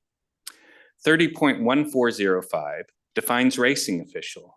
This previously undefined term is used throughout the regulation. New 30.1435 defines ringer. This is a term used in the regulation, but which was not previously defined. 30.155 makes it clear that the state steward is the official steward of the board, as that term is used in NRS Chapter 466. New 30.1565 defines steward. This previously undefined term is used throughout the regulation. 30.201 specifies that officials is referring to racing officials. 30.222 sub 1 is a change from board to Board of Stewards to recognize that all discipline originates with the Board of Stewards. This eliminates an alternative disciplinary path. Subsection 4 extends jurisdiction of the Board of Stewards to 90 days after the conclusion of a meet, as receipt of positive drug tests and other unforeseen circumstances may occur more than 30 days after a meet has concluded. While it could be interpreted that a positive drug test result occurred on the day of the race when the sample was drawn, this makes it abundantly clear that the stewards maintain jurisdiction. 30.250 sets a specific deadline for applications for race dates. 30.258 increases the advance notice the board receives concerning proposed racing officials. 30.271, currently this section creates an alternative disciplinary path in addition to the path created in the regulations discipline section. The proposed changes here prune the additional path and cross-reference the discipline section. Additionally, old subsection 2 regarding reporting discipline is moved to a new subsection 30.920 in the discipline section. 30.272, the endorsement required by subsection 2 of this section has been moved to 30.290. 30.273 effectively changes the duration of an individual's horse race license to 1 racing season. The reason for this change is to help somewhat offset the board's costs in regulating horse racing in Nevada. This change still will not result in anywhere close to a complete offset of the board's costs. 30.290 sub 3 contains the parent or guardian endorsement moved from section 30.272. 30.317, this section is repealed and moved to the new safety section. 30.320, this is the new safety section. This section adds safety vest requirements, sets out that helmet and vest standards are set by the ARCI, and makes it the responsibility of a trainer to ensure that helmets and safety vests are used. 30.372 and 373. These sections are updated to recognize the role of microchips in identifying horses. 30.375 sub 1 changes the jockey report time designation from the Racing Association to the state steward so that the state steward may better monitor the jockeys. 30.386. The whip requirements and prohibitions are augmented. This is based on requirements arising from the Horse Racing Integrity and Safety Act, or HISA. As horse races governed by HISA do not occur in Nevada, HISA does not apply to Nevada horse race meets. However, HISA does have some good concepts on this matter. This augmentation is based on Oregon's implementation and changes to HISA whip requirements and prohibitions. 30.410 sub 1. The current version contains a suspension remedy outside of the regulations discipline section. The proposed change deletes this and cross-references the summary suspension subsection of the discipline section. This goes to creating one clear disciplinary path in Regulation 30. 30.434 prunes another disciplinary branch. 30.4505. The proposed changes to this section make it clear that the current ARCI model rules regarding the calculation of payouts and distribution of pools apply and update where the rules may be found. This section would also allow the chair to modify the current ARCI model rules instead of just allowing the adoption of updated versions. Some repeated language is also deleted at the end of subsection 2A3. 30.463 and 461 update the minimum betting interest required for wagers. Turning now to the discipline section, 30.900. This is the first section of the disciplinary action section. This section is amended to add a few missing items, such as revocations and disqualifications to the list of discipline and trainers to the enumerated list of horses and persons against which such action may be taken. This section is also explicit in that all disciplinary action originates with the stewards. 30.901 sub 1 clarifies that all discipline, not just fines and suspensions, is imposed by the stewards. Subsection 5, this is moved from 30.902 old subsection 1. Subsection 6 specifies a complaint about a steward is made to the board chair and how such a decision fits into the appeals process. I note here that 30.220 sub 8A should be updated to match the complaint concerning a steward process in this subsection. That is, the complaint is made to the chair. This is one change if you choose to go forward on this that would need to be added to a motion. That again, please. Which number it was? 322. Could you restate that? 30.220 subsection 8A. So presently, it states that complaints concerning a steward are made to the board, and the modifications in 30.901 sub 1 state that it is made to the board chair. So these two items should match, so there's not confusion. So the modification that we would need to add, using, language in the motion would be to 30.2208A to include the board chair, so that they match. It should just be state, the board chair. yeah, that the complaint is made to the board chair. I would defer to your counsel, Ms. Caruso, but I think you could probably just say as discussed on the record, and that would be sufficient. No pressure for you to disagree with your colleague or not. I'd prefer it was in the motion. Well, I have a note of the item number and can read that at the appropriate time as you deem appropriate if you'd like. Okay, thank you. 30.902 sub 1 sets out the instances of when the Board of Stewards may hold an evidentiary hearing. Subsection 2 sets out that the Board of Stewards is required to hold an evidentiary hearing if a steward or the Board of Stewards imposes discipline or makes another decision without holding an evidentiary hearing and an aggrieved person requests a hearing. This subsection also sets out that appeals are waived if an evidentiary hearing is not requested.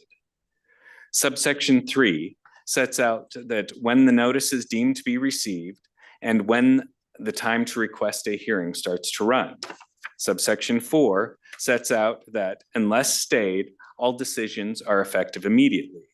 This will prevent things like a suspended trainer from racing in the balance of a race meet. Subsection 5 sets out how and where a hearing request is made. 30.903 sub 3 makes audio recording mandatory. Subsection 4 sets out when and how notice of a hearing must be made. 30.905 sub 1 sets out that all evidentiary hearings shall be audio recorded and deletes the option to waive recordation.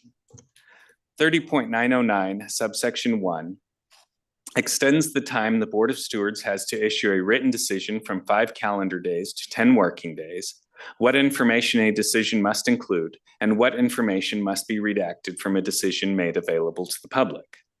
Sub 3 sets out the requirements of notice of a decision and when notice of a decision is deemed to be received. Sub 5 sets out the required board appeal notices which must be included in the decision. 30.910 sub 1, we're in the home stretch here. This is what? Ba-dum-bum. 30.910.1 is brought into conformity with 30.901 sub 1 and recognizing that stewards may impose discipline. This also updates the discipline which may be imposed. The suspension period is enlarged from 180 days to 365 days. The fine amount is increased from $1,000 to $5,000, and disqualification of a person or horse is explicitly added to the discipline list. Sub 2 is updated to specify that if greater discipline than the Board of Stewards is authorized to impose is warranted, the matter may be referred to the board. The referral is no longer to the board and commission. However, appeal may be had to the commission. This cleans up the multiple disciplinary paths where appeals from the Board of Stewards went straight to the board, but referrals were required to go to both the board and the commission. Rescission of a fine or suspension by the Board of Stewards would go to the board chair under the proposed changes rather than to the full board and commission. Sub 3 sets out the procedures for a summary suspension in more detail. Sub 4 enumerates the previously unspecified disciplinary action of a bar. In short, the Board of Stewards may impose a 14-day bar, promptly schedule a hearing concerning the bar, and then extend the bar to 1 year or refer the matter to the board if the state steward determines a bar longer than 1 year is appropriate. 30.911. This section is repealed. All aspects of this section have been moved and modified as appropriate to other sections of the discipline section. Specifically, the waiver of recordation and appeal rights in subsection 1 was deemed to be inappropriate, so the right to waive recordation was removed from 30.905. Subsection 2 in modified form is found in 30.902 sub 2, and subsection 3 is moved to 30.912 sub 3. 30.912 sub 2, the appeal period is extended from 5 days after issuance of a decision to 15 days after notice of a decision is deemed received. Sub 3, this was moved from repealed 30.911 sub 3. 30.914 sub 2 clarifies that the full board only considers the record developed by the Board of Stewards and any hearing examiner appointed by the board chair, and sets out the potential for remands to a hearing examiner. This subsection also specifies who may be granted the opportunity to make a position statement and what happens to the 45-day decision period upon remand to a hearing examiner. Sub 4 specifies the requirements of notice of a decision and when such notice is deemed to have been received. 30.915 sub 1 sets out the requirements for appeal of a board decision to the commission. New 30.920. This section was moved from section 30.271 as it fits better in the discipline section. This concludes my affirmative presentation. The board recommended this draft to you on March 19th, 2026, and it is before you for adoption with an effective date of June 1, 2026. The update to 30.220 sub 8A to make it conform with 30.901 sub 6 should be made a part of any motion to adopt changes. And I'm happy to answer any questions you may have. First of all, thank you for all your work on this. It's insane. And I want to ask you if you've left your office anytime. Do you get out much? To come here, you got out of You got out of the Northern office. Nevada to be here. It's been a process. As I was going through the Torres and Castillo appeals, when I first noticed this, I got approval from then Chair Hendrick to start this revision process. And so it's been about a year-ish process and fits and starts. Well, I will say, having been, understanding what those proceedings, the challenges and some of the issues that were raised by them is, I see such, as the ones who are doing the appeals, not having a record, not having an audio recording, I mean, some of these things are just so, bring us into this century, right? As far as making decisions on this. But the work that this must have taken is, good for you. Thank you very much. We all benefit from it. And I know that you had people that your go-to, the horse, the racing expert and everyone. So thank you. Like, I know we say it, but we mean it. Like, thank you very much. I appreciate that. And I always appreciate interesting things to work on as part of my job. Well, this is, Hopefully we'll get you one. so does anybody have any questions? Just, and I echo the chair's comments, that this is a heap of work, so thank you. Could you just elaborate a little bit on like some of the folks in the industry? It's Labor Day weekend, I'm Elko, I'm Ely, and those folks have weighed in. I mean, has there been opposition to some of these things, or the companies that come here and race? I worked closely in conjunction with Supervisor Olson with the Enforcement Division. He's in Elko. He's in Elko. He's the Enforcement Division's boots on the ground person who deals with this on a day-to-day basis. So I worked closely with him throughout the process. We did involve the former state steward in this, as well as the current state steward, and getting it so everyone was happy with this. I did ask Supervisor Olson to reach out to various interested parties with regard to these changes And we did not have anyone reply that they had any issues or comments on this. So this has been out there, and we've done our best to make everyone aware, and the draft you see before you doesn't have any negative comments on it, to my knowledge. And that's awesome. Just makes the workload even that much more impressive. You know, one of the, I didn't see it in here, and maybe it's touched in an indirect way, but I think maybe some of the discipline, but one of the more animated conversations we've had in this subject matter, which rarely is coming before us, but was the abuse of the animals, narcotics, you know, horses getting cocaine. You know, we wanted to, we were aghast and we were angry and we wanted to do certain things. So if there's a bad actor who, I know how hard it was to assign blame for, you know, who provided or injected an animal with a narcotic, but is there anything in here that really helps us, you know, dissuade that kind of activity by the amount of penalty that can be levied? Is that touched in here? It stays the same as for the Torres and Castillo ones, where except the thresholds are increased. So the stewards and board of stewards would now have the ability to fine up to $5,000 instead of $1,000. And it's made explicit. It was probably implicit before, but it's explicit now that is per violation. And then as with the Torres and Castillo matters, if a greater penalty is warranted, like in the Castillo matter, I believe that was a $20,000 fine and I want to say a 15-year bar from racing, it can still be referred up to the board and the commission for imposition of greater penalties.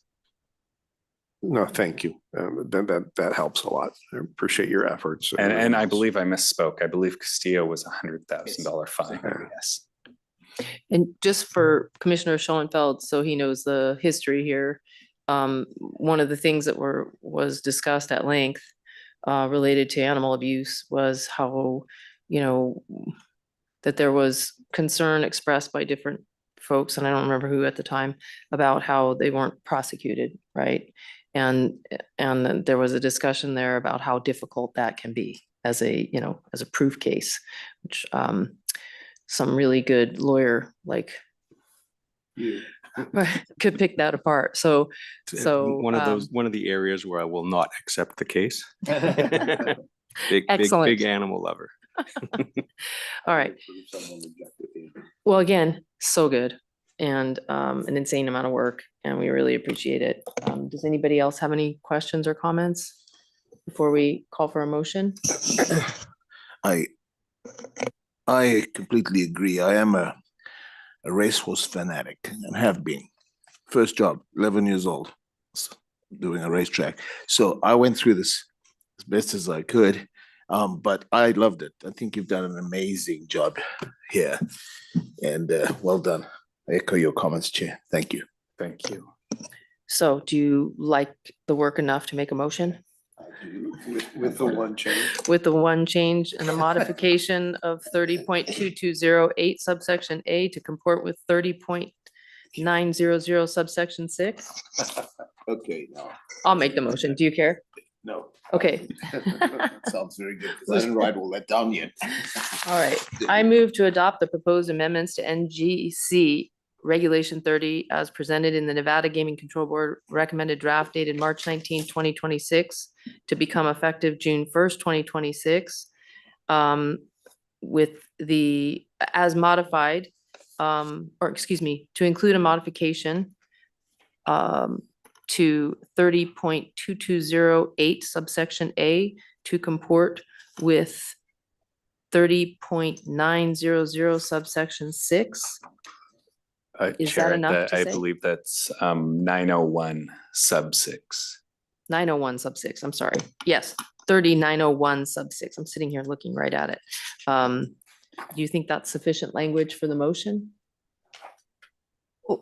Which one are you switching? Are you changing? We're modifying 30.220 8. 8A to To read. comport with, To read. to read, um, And Chair, all you would have to do is swap out the word board for chair. So it'd read complaints against any steward shall be made in writing to the chair and signed by the complainant. That's all I needed. Thank you. okay, thank you. So, so that will be the motion. Is that sufficient as a motion? Yes, it is. Okay, thank you. Any discussion on the motion? There being none, all in favor, say aye. Aye. And there are none opposed. Thank you. Thank you. Well done. Okay. That brings us to our next agenda item. Madam Secretary, could you please read that in? The next regulation item is regarding proposed amendments to Nevada Gaming Commission Regulation 21.020 as noted on the agenda. Good afternoon, Madam Chair, members of the commission, Madam Secretary. For the record, I'm Ed McGaw with the Nevada Attorney General's Office, here today to present the proposed amendments to NGC Regulation 21.020. You should have before you a draft dated March 19th, 2026. This amendment will become effective upon adoption by the commission. The proposed amendment removes an outdated cross-reference to NGC Regulation 21.045, a regulation that no longer exists. With that, I conclude my affirmative presentation. I'd be happy to answer any questions you may have. Also here today with me is Rusty LeBlanc, the Chief of the Board's Audit Division, and he is also willing to answer any questions you may have. Thank you. Is there any reason why we can't have a motion? I'm prepared to make one. All right, I move to adopt the proposed amendments to NGC Regulation 21.020 as presented in the Nevada Gaming Control Board recommended draft dated March 19, 2026 to become effective upon adoption. All in favor, or any discussion on the motion? All in favor, say aye. Aye. And there are none opposed. Madam Secretary, could you move to our next agenda item, please? The next regulation item is regarding proposed amendments to Nevada Gaming Commission Regulations 15C.100 and 15C.200 as noted on the agenda.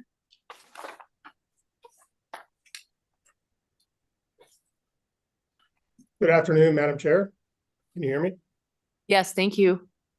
Madam Chair, Commission members, Madam Secretary. I'm Mike Somps with the Attorney General's Office, and before you for your consideration are some proposed changes to Regulation 15C. That regulation pertains to private investment companies. The changes were initiated by the Board's Investigation Division and are contained in a draft dated February 25th, 2026. These are recommended by the Board at its April meeting.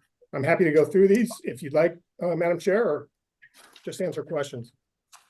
Do any of my colleagues have any questions?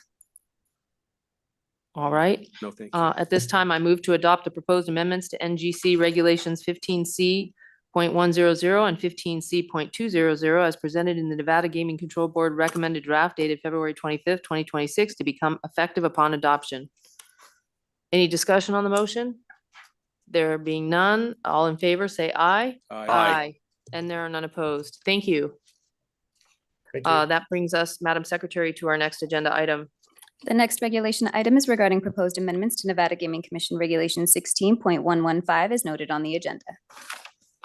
Again, Madam Chair, members of the Commission, Madam Secretary, Mike Somps with the Attorney General's Office.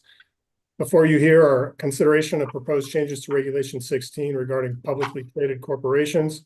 These were also initiated by the Board's Investigation Division and are contained in a draft dated February 23rd of this year. These are also recommended by the Board at its April meeting, and I'm happy to go through these if you'd like. Otherwise, I'm available to answer questions. Any questions?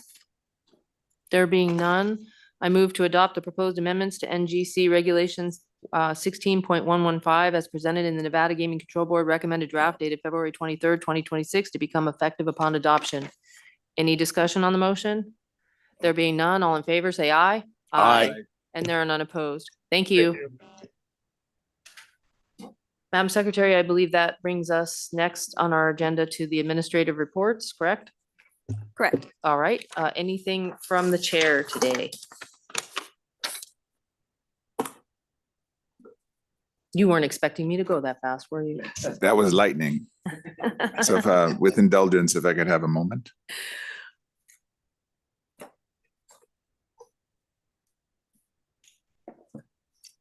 The 2026 June GCB meeting will be held on Wednesday, June 10th. It will be a one-day meeting in Las Vegas, Nevada, with an expected 9 non-restricted agenda items beginning at 9 a.m. The restricted agenda item will begin at 1:30 p.m. with an anticipated 16 agenda items. Additionally, there are 2 casino patron dispute appeals scheduled. That concludes my report. Thank you. Anything from the Attorney General's office today? No, thank you, Madam Chair. All right, thank you. Madam Secretary, if we could close with our last agenda item, public comments. This item is placed on the agenda to give the public an opportunity to comment on gaming-related matters. I will first go to Carson City. Is there anyone present in Carson City wishing to make a public comment? Please step forward to the podium. There is no one present for the record in Carson City wishing to make public comment. Here in Las Vegas, no one has stepped forward. So that will close our public comment section, and this concludes the Nevada Gaming Commission meeting for the month of May. We are adjourned.